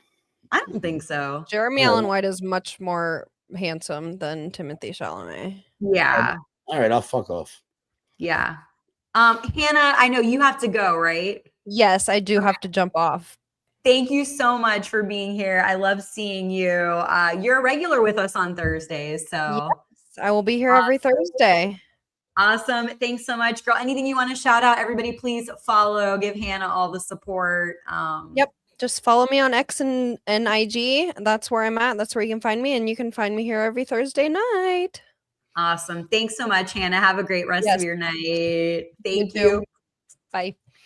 Bye. I'm back now, finally. Yay! Sorry. Now I'm looking up Timothy Chalamet. Why can't I hear anybody? Oh no, you can't hear us. That's sad. Oh my gosh, the tech issues are real. Yeah. He went to Bronx Science. Okay, I don't like him. In other Oscar news, everyone, I don't know, this is talking about Wicked for Good, right? Wicked for Good, the second Wicked got 0 nominations, whereas last year for the first one, it got 10. That is a drastic difference. Which is just as bad. I want to be clear. There is an arrogance in Hollywood that bothers me on a very serious level. Mm-hmm. Now, I didn't see Wicked. I'm not going to see it. I have no intention of seeing it. But there is something about Hollywood that says, oh, this story is 150 years old. I can make it better. There is something about when they remake Romeo and Juliet, when they remake Hamlet, when they remake these sorts of plays, and they do it with like a new vibe, where like Juliet doesn't really die. She actually fulfills the one with Claire Danes and Leo DiCaprio. I am sorry, but that is gold. That was cinematic genius. Yeah, that is gold. No. There is. I have no issue with a remake in that form that holds true to the original story. Mm-hmm. My problem is that when you have like live action ones that are like woke in a sense of you're changing the story. So, for example, Snow White and Snow White. I was gonna say Snow White. Yeah. It's not about the fact that it was Snow White and the 7 diversity hires. It was the fact that it's not the same story. It is a different story entirely. Yeah. There is no prince. And because there's no prince, there's no redemption. And because there's no redemption, there's no growth. And there's a reason why the Brothers Grimm published this story 290 years ago, and it still lives on, because it turns out there is something there is something about the human soul that connects with Snow White. There is something about the human soul. Cinderella, Sleeping Beauty. I'm sorry, not Sleeping Beauty. Beauty and the Beast. There is something about it that connects with the human spirit and the human urge to grow. That's where I want to know. All of these women, sorry to cut you off, Kev, but now that I'm back and I can actually have conversation, it's like, I want to know these girls, right, that are now like, we don't need men and da da da. You know, I am all for, whatever. But what was the thing, right? Because I still, to this day, even when my daughter is at her dad's, Cinderella, I will play the live action all the time because there is something so lovely and romantic and, just powerful, right? About this girl, the prince, he coming to save her, but they forget that she kind of saves him right back. And when did that shift happen? When did that romanticizing an actual relationship? And it doesn't, yeah. Yes, it's a heterosexual relationship, whatever, any relationship, period. Like, what happened to that? Because I still have that. I live my life in movies. Like, that's how I see it. Like, I want a prince to ride up on his noble steed and draw his sword and come and get me. Like, what is wrong with that? I have the shoes. Kevin bought me the Cinderella shoes, and I have them on a pedestal in my room. When you said noble steed, I just imagined Step Brothers when he comes to the wall. I'm here to give you my seed. Not seed, steed. I know, but I heard that. Horse, whatever. But where did that go? And why is that so taboo now? Like, what is wrong with that? Because people don't look at the totality of things, and they look at the micro. So they see the things in it that they want to see. So when they watch, movies like Beauty and the Beast, they see the young, helpless girl who is saved by the man. When you're a man and you're watching it, you see the beast who is who is civilized into a man by the young woman. When you watch 50 Shades of Grey, which is just Beauty and the Beast with nudity. Yeah. Jamie Dorner, who is the worst casted human being in the history of movies. I'm sorry, what? He was awful. He was genuinely terrible. He's a terrible actor. He was awful for the part. I don't know who you are anymore. Nepo baby Dakota Johnson was terrible too. But the book is just... they were awesome. They were awesome because the whole point of it is that they both do for each other. Mm-hmm. And angry lesbians and feminists will see in things that they want, and then they'll bitch about it. It's like a buffet. They'll take a little of this and a little of that. Yeah, but it's out there for everybody. Yeah. Like, why? Because they're the ones writing for Salon. They're the ones writing for Disney. So when they recast Snow White and the 7 androgynous people, they don't see that there's a reason for this, that it wasn't making fun of 7 little people. Dwarves were a mythical creature that lived in the mountains, and they had magical powers in order to show Snow White that the poisonous apple was not the way she ought to go. They don't see any of that. All they see is they take Rachel Ziegler, who is relatively attractive, and they cast Gal Gadot, who is exceedingly more attractive, and they expect me to believe that the angry, jealous stepmother is jealous of the less attractive younger beauty.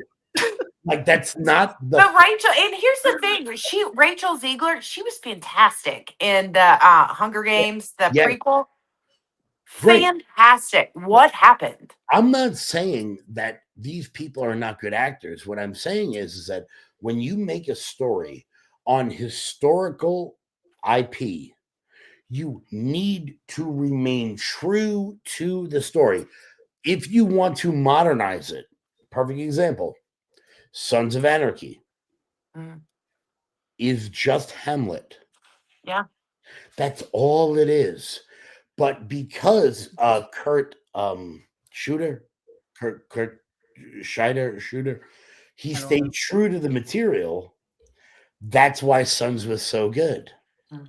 Because it turns out a story that was written in 1640 and is still told today is actually worth keeping around.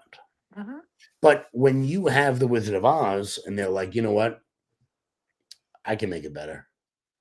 Okay. There's an error. No, that's not what that was what Wicked was about.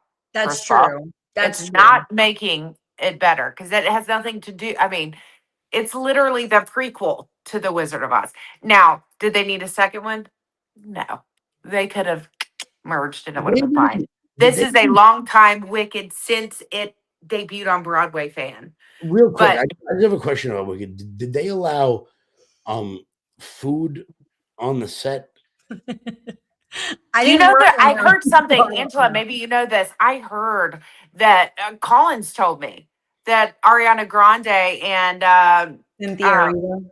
Yeah, Cynthia Erivo, that they're beefing. They're not friends anymore. Really? That chick, Yes. Cynthia Erivo, is like, she's like 2.5 pounds away from being chased by the Men in Black. Like, so she needs to eat something, that girl. They both are very, very skinny. Very thin. And it's like yeah. I think there's a third person on that movie that got like unhealthily skinny as well. I don't know. Oh, you're talking about Madame Marble. What's her actual name? I don't know. Like none of them look good afterwards. And it's actually like, look, I think Ariana Grande is actually an incredible talent.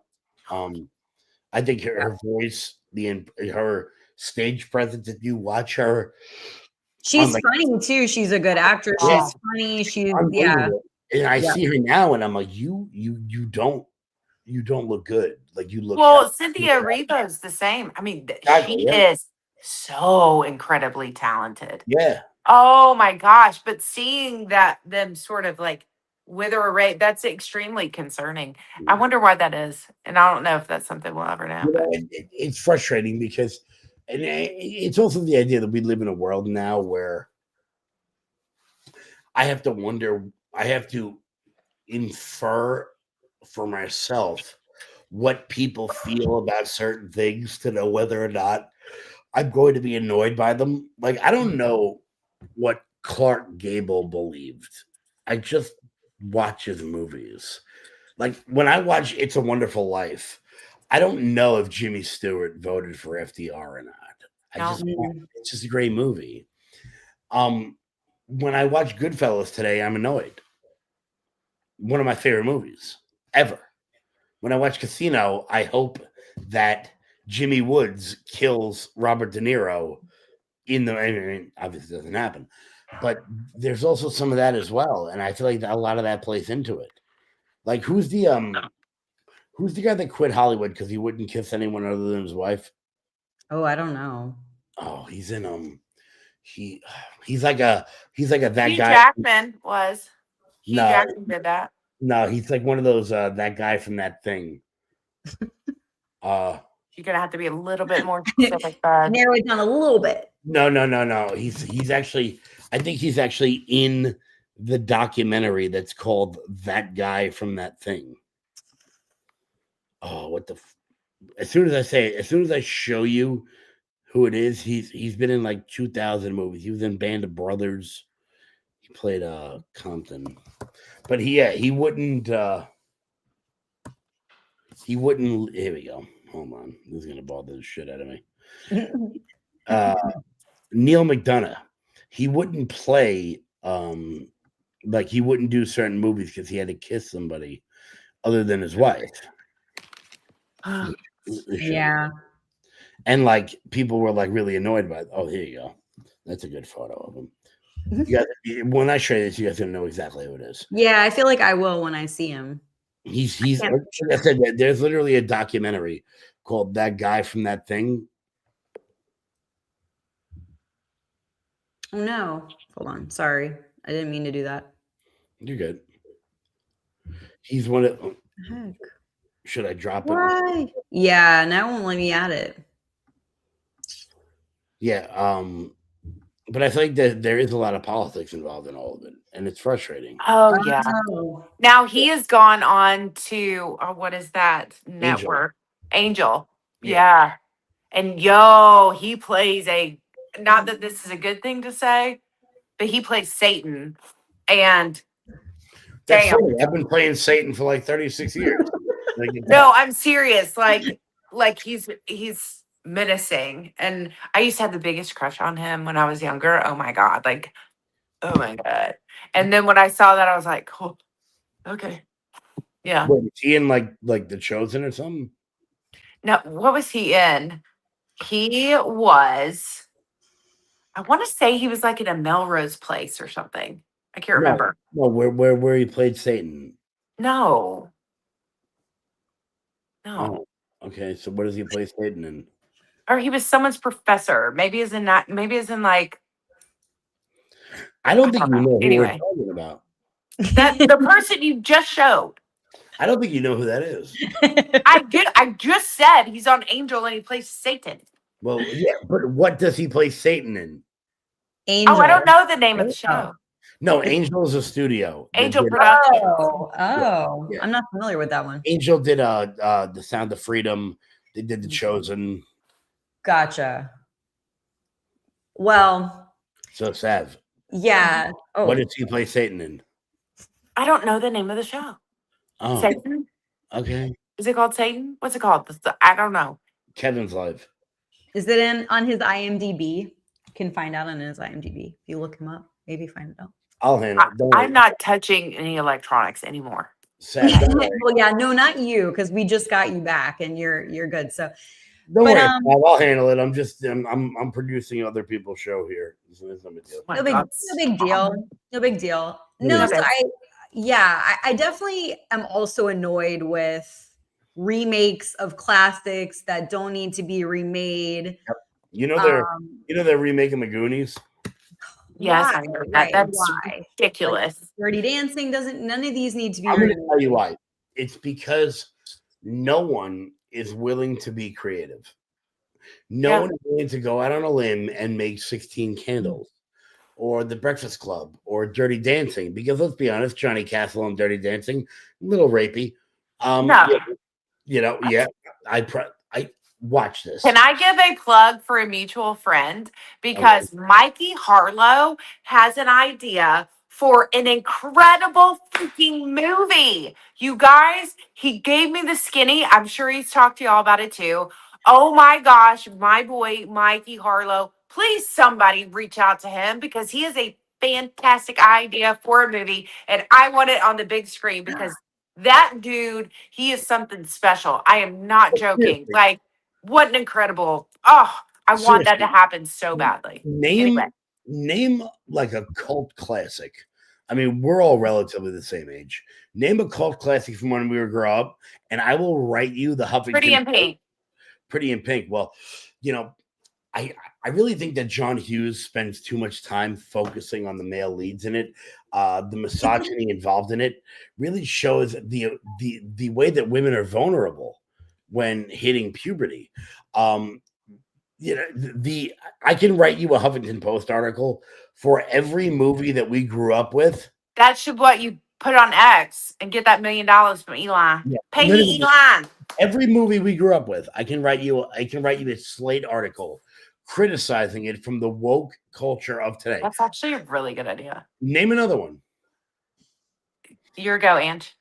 Well, I mean, I like Dirty Dancing, Breakfast. I mean, you mentioned Breakfast, but you don't think that. Well, first off, Steel Magnolias. We'll go with a Southern cult classic, Steel Magnolias. I've never seen that, but we'll go Dirty Dancing. First off, the obnoxiousness of the patriarchy that Jerry Orwell thinks that he can just impose upon his daughter, who is really trying to come into her own, until of course she comes into the misogynist that is Johnny Castle. Obviously there's a power imbalance between both Johnny Castle and Jerry Orwell in deciding what exactly Baby wants to do with the rest of her life.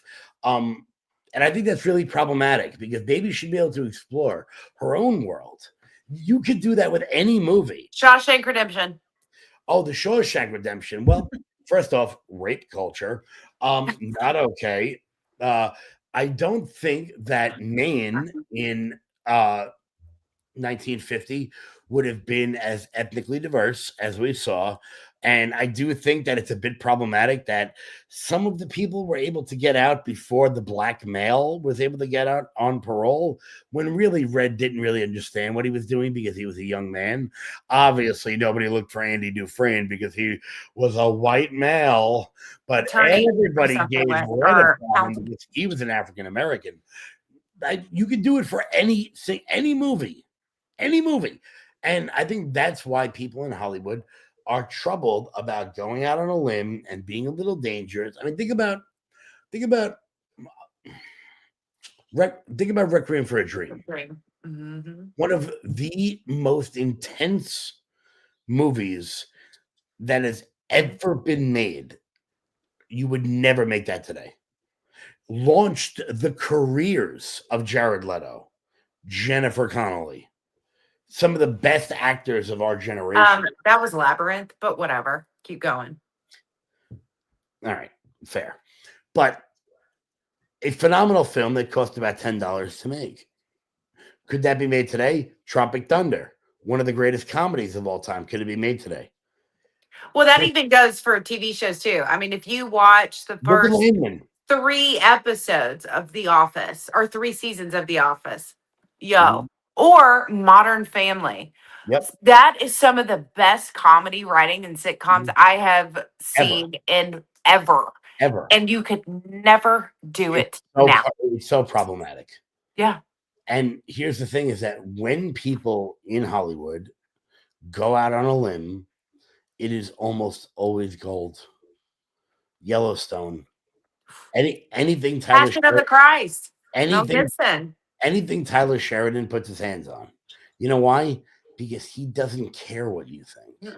He's out here to tell a good story with good actors in a good way. And if you don't like it, don't fucking watch it. Well, and that's another thing. As soon as Kevin Costner is sort of getting a little out of pocket with a certain person that's not going to be named, and he started stepping into the political realm, what did we notice? John Dutton, he got axed. Yeah, and it turns out Cole Hauser, who is the luckiest person that's ever lived. Oh my God, right? Literally the luckiest. So pretty. But yeah, well, it turns out I could be really pretty too if I grew up down the block from Casey Affleck. But and then just wiggled my way into Good Will Hunting by accident. No big deal. But come on, he had like 3 lines in Good Will Hunting. Oh, I thought you were talking to his wife, because his wife he's married to one of the twins who played in Babysitter's Club, and she was so cute. She was even on 90210. Girl. Well, Cole Hauser has 9 lines in Good Will Hunting, tops. He is the only person that could play Rip. The only. Yeah, I could have found somebody else. No. I just can't write It's funny how much overlap there is tonight with Tuesday, because we were also talking about is it Taylor Sheridan, the creator of Landman? Taylor Sheridan. Yeah. Yeah. He's a radio writer too. About him getting snubbed for for awards in general too, which we were discussing, is that political? Because Billy Bob Thornton was saying that. Yeah. Well, it's Landman. Look, and Yellowstone. Yeah. There have, I would say, since Game of Thrones ended, there hasn't been any show that has grabbed the sort of cultural relevancy that Yellowstone and Landman have. Whatever, whether you like it, you don't like it, you think Ali Larder is over the top, you think the daughter's Ahua. I got compared to her on X the other day. They're like, you are literally a real life, whatever her name is on Landman. And I'm like, don't tell me that. I did. I'm on my way. Yeah. I'm on my way. Shout out to that ex user. I can't remember who said it, but I see. First off, the fact that she's like a hot mom is something I'm not prepared for, because for me, she will forever be Lance Harbor's girlfriend in Varsity. Yeah, that whipped cream bikini. Okay, I'll see everyone later. I'm on my way to Jordan. We keep ready whipping in Martino or whatever cherries in the fridge. It's just good movies. Like I said about Nuremberg, the fact that Russell Crowe is not winning for best male lead shows you that it's political. He was unfucking. I haven't seen a performance like that in a very. I'm talking about a solo performance, not like these bullshit ensemble Quentin Tarantino. There's 900 people in one movie cast. Those are really good too. I'm talking that they are really good, but I mean, like the movie is him. He makes the whole film. There are very few people that can do that now, and I think Russell Crowe does it. Nothing. But Sinners, like you said, Sinners, I've never heard of it before. And I'm sorry, if you're up for Best Picture, I think that a homeless person should be able to be aware of it. Because like I said, in 99, show me one person that didn't know about Titanic. Yeah. I mean, yeah, I don't know. I've heard of I haven't seen it yet, so I can't speak to whether it's overrated, overhyped, like how good it was. There are good movies great films that don't gain the sort of public lexicon for quite some time. 1,000%. But if you're going to win the Oscar for Best Picture, well, and break records, they're breaking a record with the most nominations ever for a film. Speaking of breaking records, it just came across it. Our girl, Taylor Swift, is being inducted in the Songwriters Hall of Fame. Gabby, that makes sense. I mean, full circle moment here. That hasn't happened already. Only on Bold Chat here. Okay, first off, a person cannot be in any Hall of Fame while they are still doing what they are doing. What do you call the Grand Ole Opry?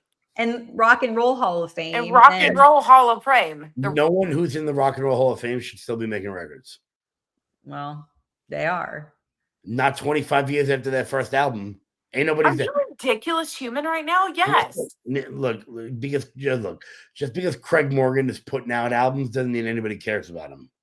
I'm talking about when you're in your prime. Taylor Swift is still in her prime. She shouldn't be in a Hall of Fame for anything. Yes, but look at all of her achievement. Look at all of her awards. Look at the stuff you don't see, which is her writing songs for like hundreds of other singers. Like what? Okay, next topic. Well, thank you for announcing that. The only thing that I wanted to say, going back to like Snow White. So another ridiculous thing about Snow White to me, right, is the whole story, like the name was based on her skin being white as snow, correct? That was my recollection of that fairy tale. Yeah. How are you going to rewrite that? Like what I do understand, and something we talked about the other night, is I do believe, diversity, inclusion, equity, sure. But like, I can understand like little girls or whatever, women not feeling like they see themselves represented on screen. Right. So, but that can get too woke. It can get too extreme. It can be, oh, now we need, whatever, this certain formula. But like, so that part I agree. Like, it's like, but I also, to your point, write something new, write something, Well, but you look at what Disney has done in the past too. So you have Aladdin, you have Jasmine, you have what is it, Tatiana? I don't remember the name. Mulan.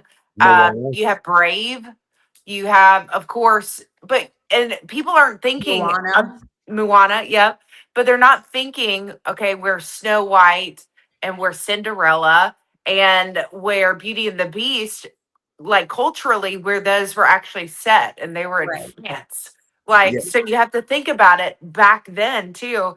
Like I had absolutely zero. There was so much garbage on the internet when Little Mermaid came out. I had absolute nothing. I'm like, bet get a girl because she was fantastic, right? But she owned it and she made it hers. It was her interpretation, and I get that. That's fine. But when you completely go against the entire film and what it was based on, and then basically throw everything out with the bathwater. Like I don't have time. No, Because it's not the same story. Yeah. But you have to remember that the people that are writing these new versions of things, their job is not to tell a story. Their job is to further the movement, which is very important. So let's take it out of the movies for a second. Dylan Mulvaney, who is a cosplayer, who fantasizes about dressing like a woman, whatever you want, sing a song, do a dance, have a good time, was put on a can of Bud Light, a beer for poor people in the South. Like, literally, we drink Miller. like NASCAR people. Hey, There's hold no- the fucking phone. I'm out. I am a NASCAR people. There's nothing wrong with that. What I'm saying is that it's not some sort of like select IPA that Angela and I would have ran into in a brewery in a microbrewery in Brooklyn. It's made for the masses. It's made to be sold at Walmart. That is your customer base. Putting a tranny on it, or putting a person who thinks they're trans on it, is going to destroy the brand. Whoever idea that was, their job was to sell crappy beer to poor people. Just as whoever made Snow White, their job was to produce a film that is true to the Brothers Grimm content and true to the Disney IPA. I'm true to the Disney IP. IPA, yeah. I like it. Disney IPA. Yeah. They have that at Epcot. What those people do is they say, no. My job is not to sell beer to poor people. And my job is not to recreate a childhood memory. My job is to further the movement. So therefore, I'm going to put a person pretending to be a girl on a can of beer made for manly men rebuilding their carburetor in Kentucky. Just as we're going to get Snow White and the 7 diversity hires, and then remake it in CGI after a controversy without half of the story involved. Now, if you want to make a story about a strong, independent woman who runs into 7 weirdos in the woods and doesn't need a man to save her, go ahead and do that. But don't call it Snow White. But that's not Snow White. Right. And when I take my daughter to go see Snow White, I think I'm going to get a traditional film based on the storyline of old. And then I got that shit. Just as when I take my daughter to go see Barbie, I don't need Greta Gerwig to make a critique of the patriarchy. I need a dumb child's movie based on dumb child's intellectual property. I don't need Will Ferrell to, for no reason whatsoever, run around for 20 minutes and yell. All while Ryan Gosling pretends to be retarded who can't live without Barbie. Like, that is not what I need. If I made the Teenage Ninja Turtles where none of them could fight because it was too aggressive, would that be the same movie? Of course That'd not. be the Salamanders. Exactly. So when you take IP that has value and you disintegrate it in that way, it bothers me in a very serious way. Because now the next time they make a Snow White movie, maybe I want to go take my niece to go see it. Maybe I want to go take my future daughter to go see it. I don't think I'm going to. So maybe she can't learn those stories that have lasted for 250, 300 years. Well, that's when you just play the cartoons because the oldies are the goodies. Because guess what? At the end of the day, you can cast the shittiest actors in the world to play the live action remake of Aladdin. I've watched the cartoon with my nephew 2,000 times But the live action was real good too, though. it really wasn't. Yes, it was. They casted some no-name English chick to pretend to be Indian. It was terrible. Oh, We that was a cute movie. We made Anthony want to watch Ratatouille. Yeah. Tonight. That was a cute movie. Well, I mean, look, think about it. It bothers me because there are some stories as old as time.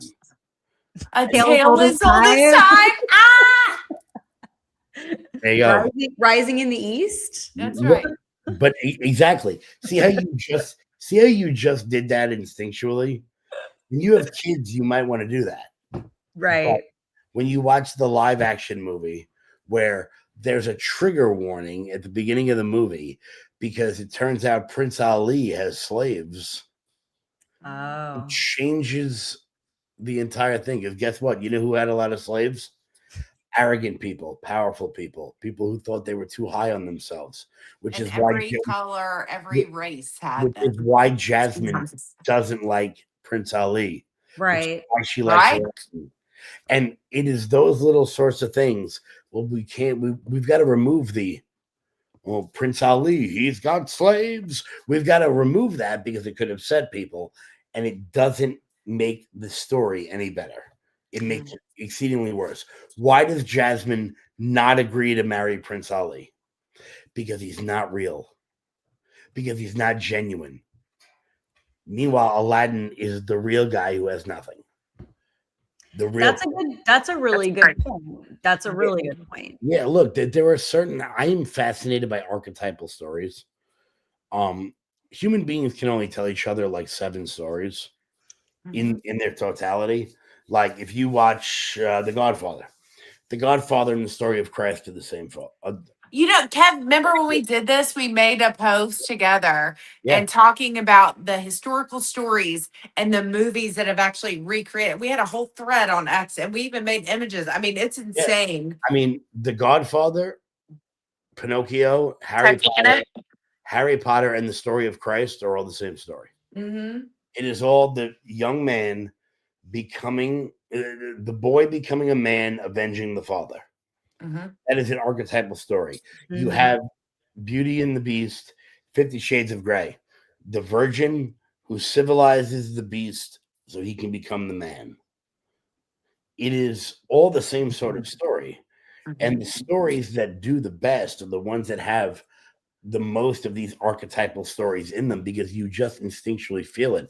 I mean, look, Pinocchio is so the story of Christ that the son literally saves the father from the belly of a whale.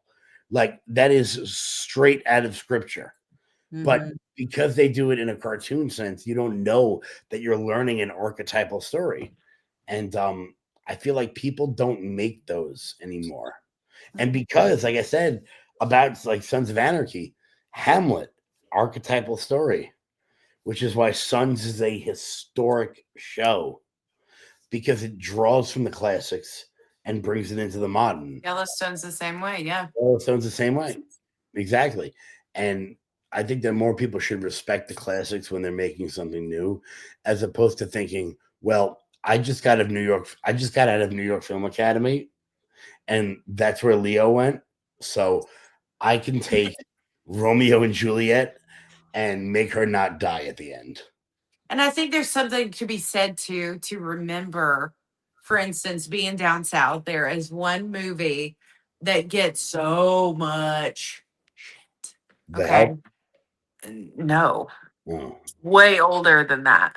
But remembering what the South was actually like, there are things about I am obsessed about where I am from. However, there are parts of history. Thank God I was on the side that fought it.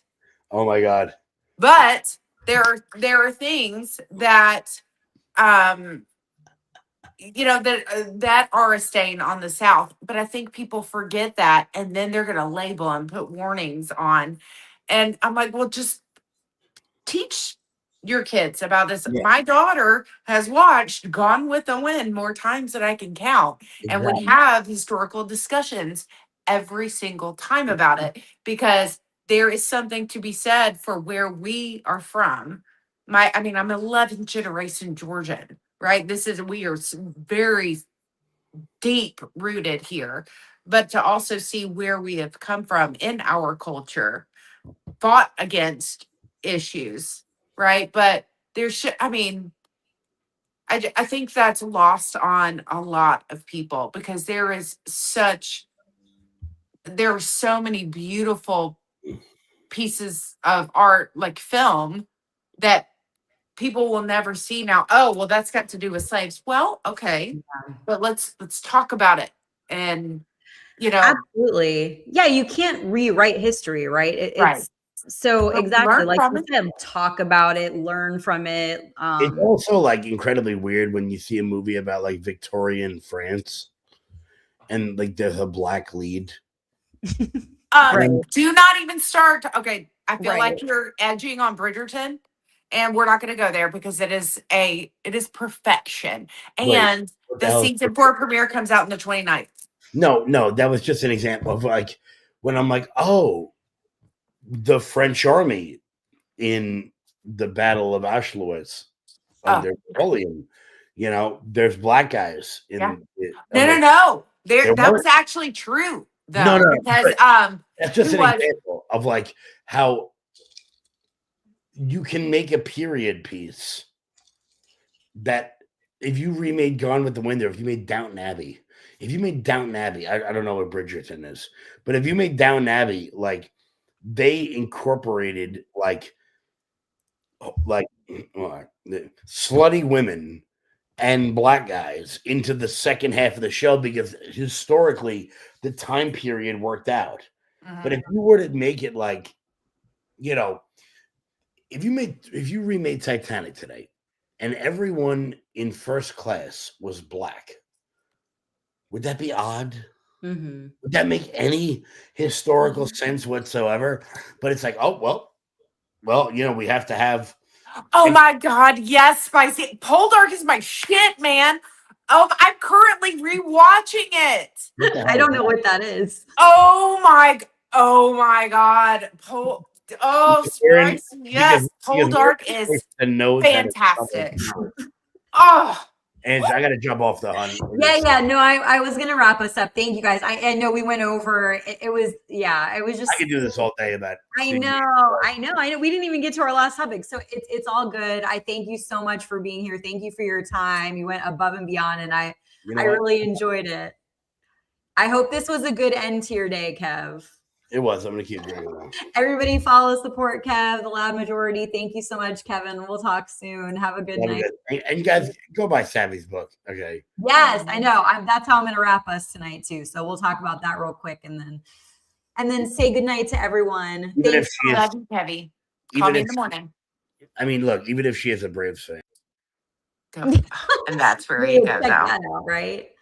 Thank you, Anthony. No, I lost it. Why do I lose sound every time? No. Don't go anywhere. Can you hear me? Yeah. Do not move. I'm refreshing. Yeah. Okay. I didn't touch anything, y'all. That's okay. She'll be back. Thanks so much, Anthony. Appreciate you. Spicy said, I love that show. I gotta look into what that is. I haven't heard of it. So let's wrap it up with Savvy here. You got me? Can you hear me? Can you hear me? Yes, I think so. It was a little. All right, you're good. It was just, the convo was flowing and I feel like I could be here all night for sure. Oh my gosh, me too. Going and going. It was so much fun. It's always so much fun to have you guys. But yes, because there's a lot more people in the room than were here when we first started. Guys, this is best-selling author Tiffany Savage, who has a new book out called Precincts Win Elections. The link to buy is in this chat. It's on Amazon. We want to buy, support her. Tiffany, just congratulations. Is there anything else that and for all the people who are in here now that you'd like to say about the book? Yeah. So again, it is not like some million-page novel, right? This is really just an outline, like we were talking about, a field manual about how to build your local parties, how to build that strong foundation. Because, and this is, I am a conservative, I am a card carrying Republican. So the one, and I point out, and basically this is about how the Republican Party is really struggling and how we can get it back. Because we had a momentous win with the general election in 2024. And it's almost like Republicans forget after a big win how to keep their shit together, right? Whether it's within the party or candidates, whatever the case may be. But this draws from my experience from writing Trump Force 47, working with gubernatorial candidates, with sitting representative, with Senate candidates, with freaking financial institutions, security companies. But this really, it draws from my real experience that helped win the 2024 election. And it also sort of opens a little bit of the door into the Democrat Party and how they have been so effective. Because, they move, outwardly, they move in concert with one another. Republicans were like, I hate you. No, I hate you. Oh, it's okay. And then we just sit here. Oh, well, someone else is going to do it, or we're just going to be nice and, wait for, no.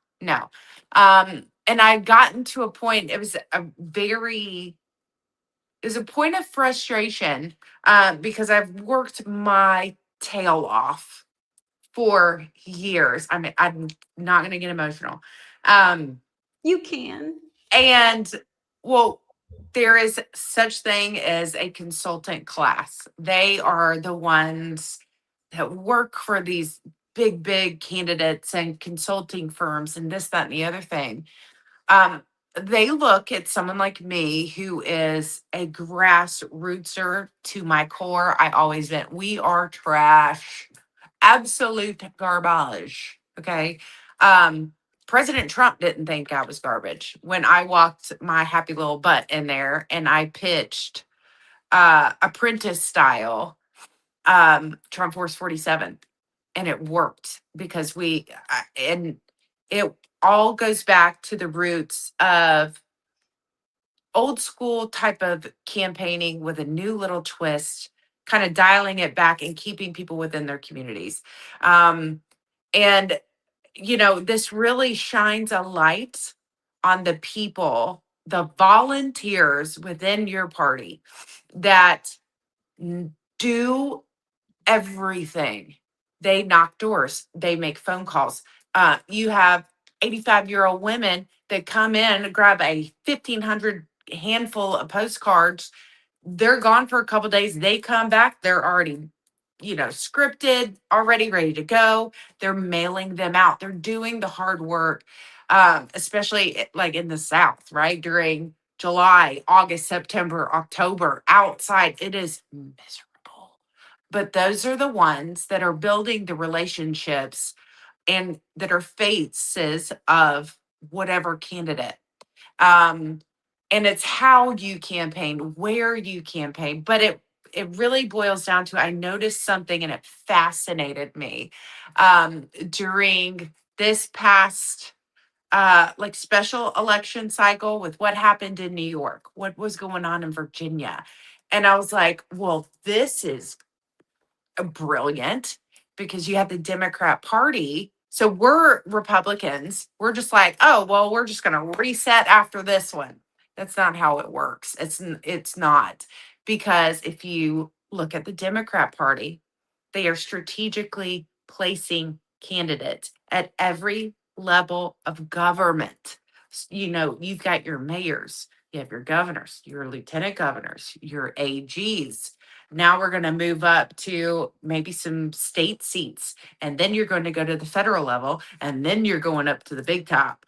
They have them placed there for a reason, because they're going to cut their teeth on that, and then they're going to get that time, they're going to serve that time, and then they're going to be pushed forward to the next seat. Republicans don't do that. The RNC doesn't do that. So it is really up to local county parties. This starts on the lowest level. So this is just a guide to build your local parties, and that foundation and that inertia that's going to come when your party starts really working as a force and as an arm of our party on a state level, it's going to start trickling upwards. You're going to start having your vetted candidates that represent our values, and beliefs, and the pillars of our party. We are now stacking the bench instead of the national party picking and choosing who they think is best because that's what they like. So that's what this is. Can it be used for the other guys? Sure. It absolutely can. And it does. It gives many hat tips to the Democrat Party because they work, and they work hard. And Republicans, they misuse their volunteers. They take advantage of certain offices, certain, committees. And if we as Republicans, me, if my party is going to be able to really be sustainable in the future, there's only one way to do it. And you have to do it from the inside out. You almost have to break down everything that we have learned and rebuild it. So that's what my book's about. Yeah, it sounds like it's chock full of learning tips. But see, there's the thing. It's really not big. It is really not. It is a quick, easy read. But I put this out in my little promo video. If I was a chair, like a chair of my party, I would literally have one of these. Every new member, boom, here you go. Because this is how it's going to go moving forward. Because otherwise, you've got the right hand saying one thing, the left hand saying the other thing. One's going around the elbow to scratch your ass, and one doesn't know whether to, wind his butt or scratch his watch, So you got to learn, how to structure and how to build a party, a winning strategy for a party. And it's easier than people think. So. Well, this is interesting. Spicy said, we built our county party, but Michigan corruption is so bad it doesn't matter. Our local candidates lost because of voter fraud. I wish we could matter for our elections. You do, though. So this is when, and this is something, and it's very difficult to do, but coming from someone, I have done it. So I ran for the vice chair of Gwinnett GOP. I also, with using Trump Force captains that, I was their regional director, but that is your time to really encourage like-minded people. They need to start in that party. You need to start going after certain seats. Yes, Gwinnett is awful. I actually stepped down from vice chair because I couldn't take it. And I knew that I would have a larger benefit if I were to do something like this and write almost like a handbook, than I would worrying about what hard are Republicans. I mean, because I'll tell you what, on a county level, it's nasty. It is cutthroat because that establishment hard R, man, they will hold on to it because that's their little cling to power, right? And some of them have been there longer than Methuselah was alive. But you gotta move them out. And that's when you start having these backroom conversations. They do it all the time. You get your like-minded base and you take over. You run for those elections. And I'm sorry, but politics is not friendly. Again, a win isn't promised to the acting chair. I mean, it's okay to play dirty because Republicans forget about that. It's okay. Like, I hit low. I mean, we had a huge scandal for the chairman's seat in Gwinnett. I was like, damn, it was more than I was kind of impressed. but it was bad. And it's okay. But you've got to decide and get a group together and be like, yo, and not anymore. It can happen. Well, I hear the heart, I hear the passion. The resume, speaks for itself. You have all the experience, so everybody, you need it. It's a guide. It sounds like really applicable, practical stuff in there that can, think so you know what you can do. I love it. I'm so excited for you. I'm so happy for you. And I am so thankful for you. Like I said, I was sitting here thinking, and I just started laughing. And I'm like, isn't this the coolest thing? Because, you have me over here, you over here. And throughout the years, we've just kind of done one of these. And then I write a book, and you were the first one. And I'm like, hell yeah. To be able to come and talk about it on your show, because I absolutely love and respect you. And I'm very thankful for you and for you sharing your platform with me and other people that don't necessarily, agree with whatever it is. Yeah. And I just appreciate that so very much. And I'll tell you that every single time.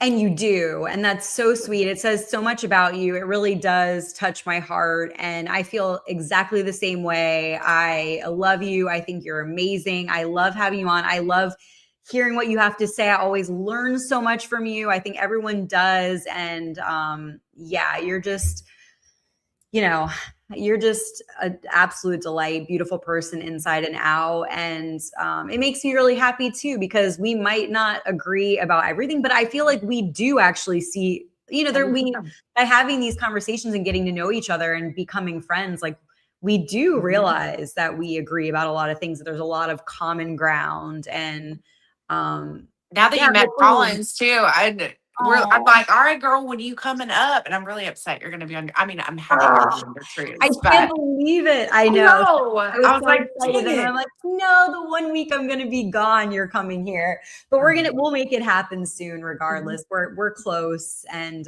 we'll make the in-person meeting happen. I can't wait to hang.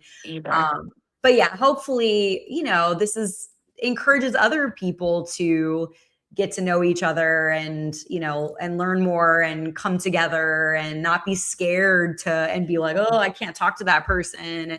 And a lot of it too is like assumptions, right? People lumping people into categories and labels and just seeing it so separate. And so I love you. I'm so excited for you. I'm so happy for you.